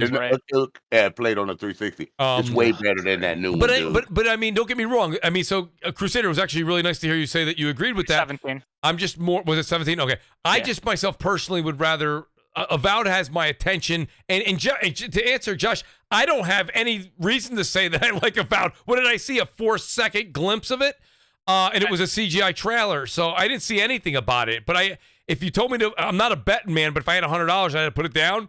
I think I'd put my $100 down on Avowed personally. So we do know a little bit about Avowed, just indirectly, because it's set in the same universe as Pillars of Eternity, right? Which is the CRPG that interesting. I didn't know that. Yeah, yes, it's set in the same world. It's set in, I believe, an area called the something lands. It's supposed to be like very, very like green and lush, but and like very colorful flowers and all kinds of stuff. And but the weather is supposed to be like all kinds of like, it changes constantly in this area. But if you haven't played, if you liked Divinity, you should give Pillars of Eternity 1 and 2 a shot. They're a little rougher, but they have a great lore to them, and like Avowed lore is going to be so wait, good. So let me ask Chris, let me ask Crusader. Guys, I was just talking to a few people online, it was either today or yesterday, can't remember now, about Pillars of Eternity, because I wanted to pick it up on, it's on Steam, is it not? I can pick it up on Steam? Yes, it is on Steam. Because I wanted to play it on my Steam Deck, and I asked, should I buy 1 or 2 to start? Or it doesn't matter? So they're not directly connected stories. Like one story affects like the other one, but it's not like Mass Effect where you import or anything. Is Pillars of Eternity like a Diablo like game? No. Well, it has that top. It has like it's a top. More like it's Divinity. It's more like Divinity. It's more like Divinity. Yeah, it's isometric. You know what? You ever heard of Baldur's Gate? Yes. Yeah, it's like it's like Baldur's Gate. Okay, all right. Yeah. It's more in that range. Okay, all right. Speaking of things that could be at the Xbox Showcase, Baldur's Gate 3 could have a console edition announced, and like a full PC edition, like the PC launch date announced. That would be cool because I want to play. Baldur's Gate 3 looks incredible. Yeah, it does. That's actually a PC exclusive kind of. They announced it's going to come to the next gen systems eventually. And I'm upset about that, but you know. So I will say one thing about Xbox is it's the kind of right, because a lot of their showcase haven't really impressed me that much in terms of like AAA games. But I will say that a lot of their showcase they do, and I've been getting more and more lately into indie games. I will say that they usually show a lot off a couple of really dope looking ass indie games. So that's something that I'm looking for. I'm looking for as well. Yeah, Scorn will be there. Scorn will be there. I'm not looking forward to it. Oh my god! I don't need to see Scorn. That game looks. I don't know. Yeah, Scorn doesn't interest me. The other one that doesn't really interest me is Well, I shouldn't say that. I take this back. Scorn doesn't interest me, but Stalker 2 has a bit of my interest. That one has a bit of my interest. And that's just bad luck for Microsoft with that one. It's bad luck, but listen, it's not like doom and gloom to the end. It's just on hold. Yeah. I still think they may. They did move the studio, so we might. They just resumed development recently. Yeah, so they may show a we glimpse. May still see something. I think we'll see something on that too. Because that game looks cool. You know what's crazy? Speaking of Scorn, right? Scorn's supposed to be like a horror game. It's crazy how like we get into the creators of Dead Space. They're making like another Dead Space style game. Callisto Protocol is coming out in December, and then we're getting the Dead Space remake in January, and then Resident Evil 4 remake in March. So it's like 4 major like big horror games. I love it. You know, I wanted to ask you guys that question. You know, there's the let me look for it real quick here. Oh, the Callisto project, Callisto Protocol. Yeah. Pardon me. That's coming out December 2nd. And then you've got a January 27th or January 28th release of Dead I think Space. Callisto's going to get delayed. Well, you know what? Listen, Goldblum, I'm with you. I see that being delayed too.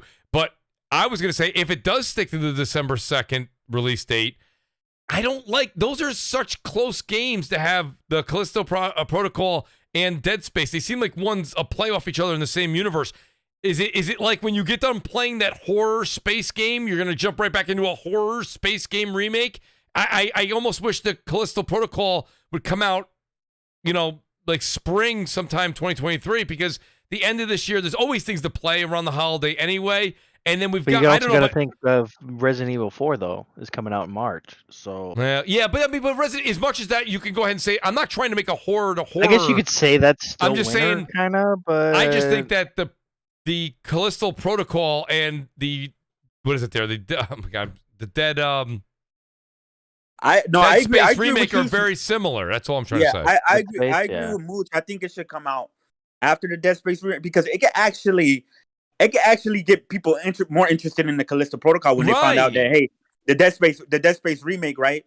The guy who made Dead Space is doing a successor. So people who playing Dead Space for the first time with the remake be like, oh shit, this was dope, I want more of this. And then they see, oh, the guy who did this is making Callisto Protocol, and it looks very similar to Dead Space. It looks like another, like in the graphics of that game looks absolutely amazing. The environments, the animations, and everything like that. And it's funny because Resident Evil 4 remake is also coming around the same time when Dead Space took huge inspiration from Resident Evil 4 as well. So it's like all these games coming out at once. The only thing that's missing is like Silent Hill, right? That's the last one that's missing. We don't know though, right, Chris? That might be the wow moment for PlayStation later this year. We'll see. A lot of rumors. Watch that be the wow moment for Xbox, because everyone was expecting KOTOR, and KOTOR came to PlayStation. Well, the only reason I said that is because PlayStation recently did some sort of a deal with Bloober Team, and Bloober Team is rumored to be doing Silent Hill.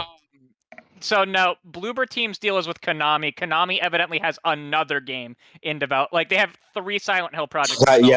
One's Bloober Team. I think Bloober Team is doing a Silent Hill 2 remake. Yeah, like that one I don't think is in association with PlayStation. There's supposed to be another one that's in association with PlayStation. No, I got news I for don't you. like that Bloober Team is even involved in Silent Hill. I kind of hear you on that.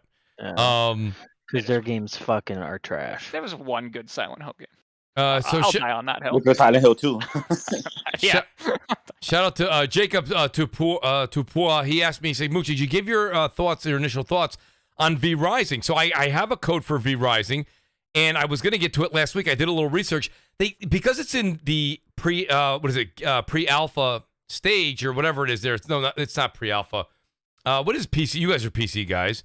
What's the PC term for game alpha when it comes out? It's not an alpha stage, but it's in game preview. No, game preview.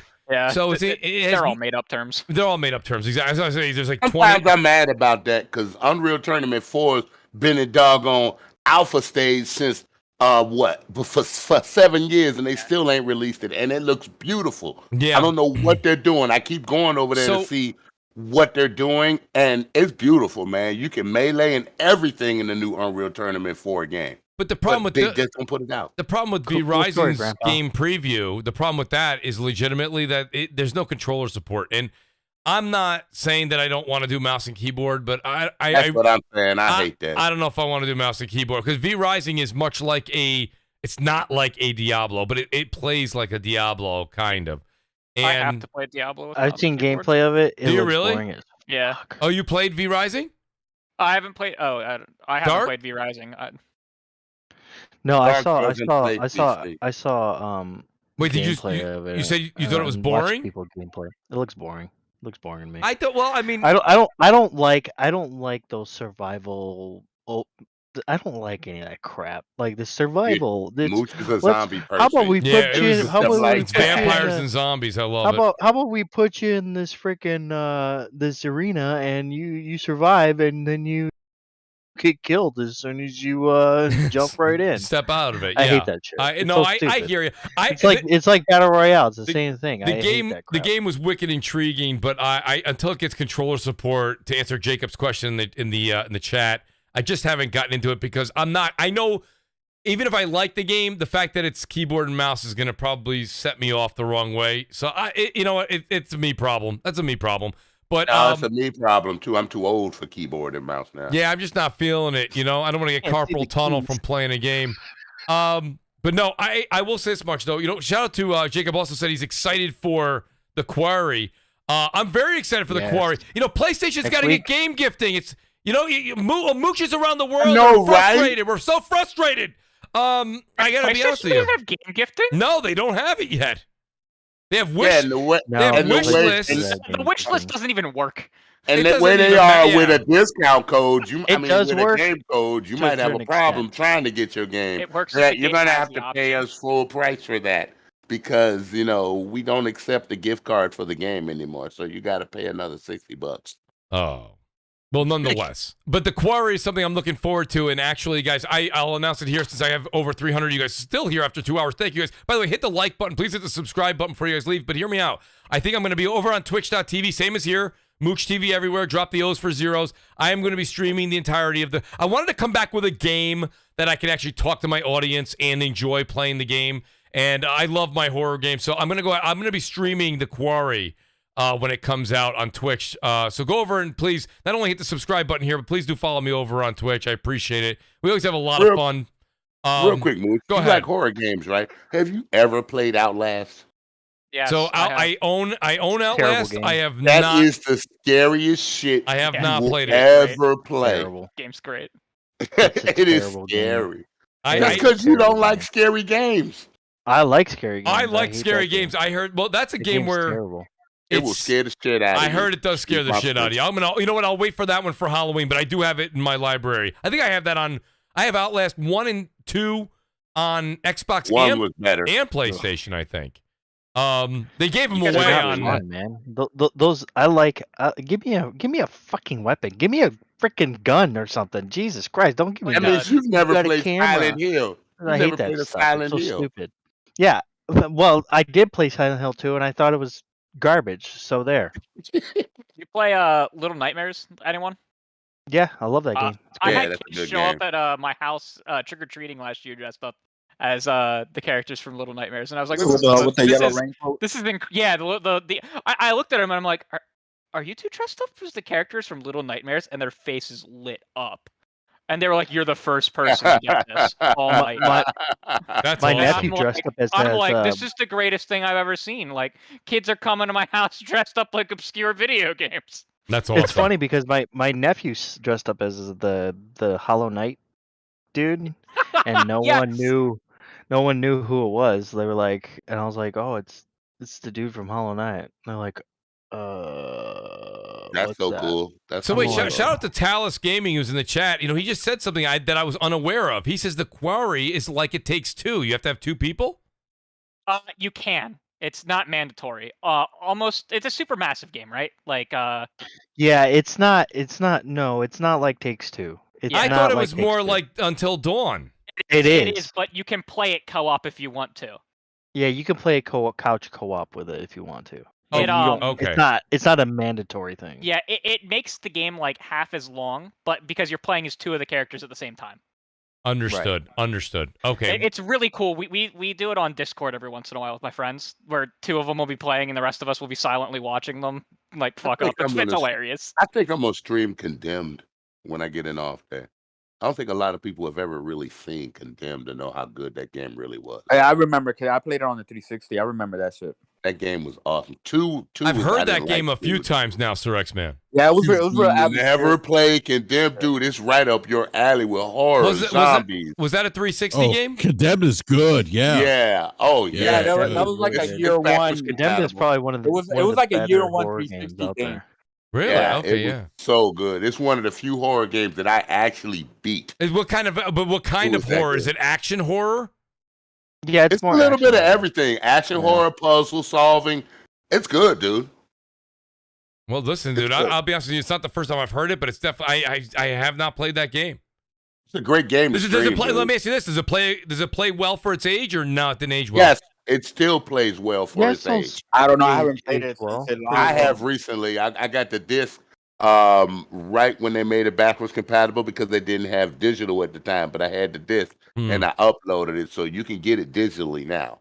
But yeah, it's that good, dude. Shout out to Ham Solo too in the chat. What's up, Ham? Good to see you here, buddy. Go ahead, Crusader. Apologize. I was gonna say it's listed at $20 right now, digital. Oh, it went up! Holy shit! Yeah, it's $20 for the digital copy. Well, that shows you how good the game is when it's a full. We just promoted it on. We promoted it so they knew that they had to jack the price up. Listen, guys, it's over. It's well past the 2-hour mark here in New York. I want to say thanks to everybody, guys. Outstanding show, outstanding panel tonight, outstanding chat, guys. Thanks so much for all the support. I saw a lot of people subscribe to the channel. Tremendous amount of support from the super chats, guys. Thank you so much. Outstanding knowledge on this panel too. Just outstanding. I enjoyed being a part of it. I enjoyed actually just sitting here and getting immersed in it. These guys play video games. We play video games. We love it. It's what we do. We speak what we love. I'm going to go in reverse order here, and I'll also plug some of the people that had to leave early. The shout out to the great Sir X-Man. Sir X-Man, let everybody know where they can find you if you're streaming things. And I love it. Sir X-Man knows he's got a key to the CrossFire show at all times. So he's like, I'm off every Friday. I'm letting you know. I've just been doing other things. Well, I appreciate you always, Sir X-Man. Let them know where they can find you, buddy. Sir X-Man, just like it's spelled on here on Xbox. Sir X-Man 1 on Twitch. Sir X-Man, just like it's spelled here on Twitter. And I just find the time to start playing games again. It's been really, really busy the past few years, and I'm glad to be getting back into gaming because I'm going to tell you, when you have a lull in gaming, everyone, that itch comes back, and when it comes back hard. So enjoy your gaming while you still got the flow because everybody's going to go through a moment where they ain't going to have time to play or they're going to get burnt out for a little bit. That's 100% the truth, So Sir you X-Man. You can also find Sir X-Man in your local nursing home. Oh, yeah, with your mom sitting on my lap. Speaking of that, I'll go right to him. No, I'm going to go to Crusader. Listen, buddy, outstanding show, man. I had a lot of fun, man. I think that this was great. I really appreciate your input. You definitely have your ear to the ground when it comes to gaming. Let everybody know where they can find you. And listen, Crusader, listen, I'm a mooch, dude. So whether you like it or not, I'm going to be bothering you probably in a couple of weeks to be like, dude, come back on the show. So, Crusader, I'll be back on whenever you want. I appreciate it, buddy. That's what I'm talking. That's what I'm talking about. Great, Crusader, you're great, buddy. Honestly, love having you on the show. Let people know they can find you, and can't wait to hear you on the show again real soon. You can find me at Crusader3456 on Twitter. It's also my gamer tag and my PlayStation, whatever the heck the PlayStation names are called. Damn. They're like PSN name or whatever. Yeah. Name. Yeah. Yeah, it's the same thing on everything. Crusader3456. And you can find me on r/gaming leaks and rumors. I do a lot of mega threads at some point this summer. I promised everyone after I did the giant mega thread this week for Xbox. I do that one quarterly. I update it because Xbox leaks a lot. I mean, Jeff Grubb and Jez Corden do their thing. But I'm going to do one for PlayStation. I will have one up for PlayStation sometime this summer. Hopefully before they do a showcase. Very nice. So that'll be good. We'll have a nice formatted thing. We can talk about that then. So yeah, and that's my username on Reddit as well. So you can find that kind of stuff there for me. Crusader, awesome, man. Like I said, first time on CrossFire, definitely not your last time. Really, really enjoyed having you on the show, brother. So thank you for everything. Appreciate that. And then I got my buddy here, Chris Righteous. Chris, listen, buddy, honestly, love having you on the show, man. Love listening to you on the Saltiest Gaming Podcast. Charles, the great Jeff Grubb was here. See, he was hiding. He says Crusader is one of the good ones. I completely endorse that statement. Bro, Jeff, man, that brings a tear to my eye. Thank you so much. That means a lot. Jeff's a great guy. Jeff, I hope the move was all right. I know you were doing your show from the hotel, but looking forward to when you settle into Cleveland and do your thing. Although I got to be honest with you, I'm kind of bummed because I'm sure Jeff would have been like, I'm not sure if I want this guy yelling. But when I do ever travel for work out in the Denver area, I was looking forward to. I heard Denver, Colorado is just a ton of fun. It's just a ton of fun. So I was like, well, I know a guy out there. I know a great guy, the great Jeff Grubb. But now Jeff's in Cleveland, and guess what? We'll still make a road trip out there at one point. But Chris, honestly, great to have you here tonight. When I think of gaming and getting excited about games, the way that you kind of just embrace all the JRPGs and just talk about them, when you do it on Twitter, when you do it on Salt's show, you do it on Planet Xbox, I just legitimately, it makes me want to go out, spend money, and buy these games, man. You're that good at it, and you tell the game the way that it should be played, the way that you experienced it. So, Chris, thanks for being here tonight, especially with the PlayStation State of Play information that came out. Really wanted to get your take on it, but let everyone know where they can find you, and can't wait till you're back on the show, bud. Yeah, man. Once again, really, definitely appreciate it, man. It's always a great time when I'm on here. We always have very great in-depth conversations, and yeah, man, you can follow me on Twitter if you want at Chris Righteous as well. I play all sorts of games. I play a lot of JRPGs. I play a lot of action games. A lot of PlayStation games. Nintendo always gets love for me as well. Like, I'm a huge Zelda fan. I'm definitely looking forward to a lot of Nintendo games that are also coming out this year as well. But yeah, other than that, as far as podcasts, I do Saltiest Gaming every Thursday at 8:30 p.m. Eastern, and I do or 8 p.m. Eastern, and then I do Kid Smooth's Pen at Xbox. As the contrarian over there at the PlayStation guy. Every Wednesday at 8:30 p.m. as well. And then I also do Twitter Spaces from time to time. And my Twitter Spaces usually be popping because it's nothing but talking about games and shit like that. It's never any drama. But yeah, your Twitter Spaces are probably the best ones, man. To be honest. I really Spaces are good. I appreciate that, man. That means a lot, honestly. Because you know why? You don't allow the bullshit. That's why. Yeah, I mean, exactly. I just want to go in there and talk about, my hobby and passion with other people. All the other extra shit is no needed for that. You know what I mean? But, but yeah, other than that, man, very exciting times. Summer Game Fest E3, right, or non-E3, right? Very, very exciting time for gamers and stuff like that. I think on all platforms, there should be some pretty fun stuff being shown as well. And I'm excited, man. I'm excited for the game release that are also coming out in the very, very near future. Even this month. I think DNF Duel comes out this month as well, too. But, it does, yeah. Yeah, other than that, man, yeah, once again, Mooch and everybody else, I appreciate it. Shout out to everybody in the chat. Make sure y'all hit the like. And, yeah, until the next time. Appreciate that, Chris, man. Really do appreciate you being here, man. Love your insight. Love your take on games. And then, of course, last but certainly not least, the darkest man on the internet, the man himself, the Dark Optimus, the guy who's the yin to the yang. If you're happy, he'll make you sad. If you're sad, well, you're just screwed. The great Dark Goldblum is here. Goldblum, let me tell you something. I love it when you're on the show, dude. I hate that you have this new job or whatever. I don't know what you're doing. It's not my business. But I know that you can't podcast. So it makes me a little upset. I podcast here and there. Yeah. Yeah, you were with us last night. Well, this is his week to podcast. But anyways, I want to say, Dark Optimus, thanks for being here, buddy. Really appreciate it. Let everyone know where they can find you. And yes, I will be bothering you to come back on the show. All right. You guys can find me in the gutters of Twitter at Dark Optimus. You can also find me on PlayStation and Xbox at the same name. Yeah. that was so Goldblum. I'm just worn out from all this PC talk and you guys going back and forth about. You shut your mouth. That's right. Tell him so, X-Man. It gave me a headache. I'm just gonna let you know. Yo, I appreciate you being here, buddy. Well, naturally, next time you invite me, there better not be any more fucking PC shit. Listen, I'm going to name tonight's show just Blame Mooch. You know what I mean? It's just what it is. It's every week's episode. I blame you for everything. Whenever I get a flat tire or something like that. I was just going to say, when you get pulled over and the cop says, how fast are you going? You're like, Mooch. It was Mooch's fault. Right. So, it's all right. It's fine. It is what it is, dude. I'm like, who's that? I'm all like, if you don't know, buddy, if you don't know, you'll know soon enough. Exactly. Mooch, real quick. Yes. There is one game that I'm waiting to come out. They put an announce date up. What do you got? And I know a lot of people ain't gonna think about it. Digimon, the new Digimon game coming out on the 21st. Digimon Survive? Yeah, 21st of July. I can't wait to put that game in my console. All right, well, you're going to have to send me a clip of that one. That one I have not looked up, so that's a me problem. It's like Pokemon, but I don't think you'll be into that type of game. Yeah, I'm a Digimon person, so I can't help myself. Do you like Pokemon? I'm not even going to pick it up. I'm not even going to pick it up. No, I do not.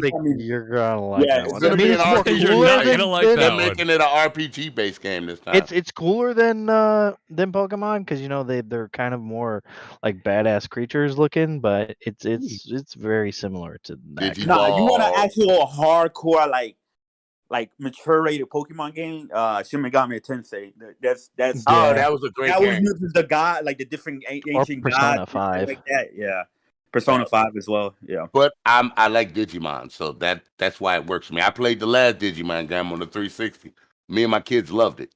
So, but they grown now, but it's different. Well, you heard it here first, folks. Srex, man, throughout the date, you got to get, what is it, July what? 21st? Would you say? 21st, yes. There July it is. 21st. All right. Well, I'm glad we can break that here for everybody.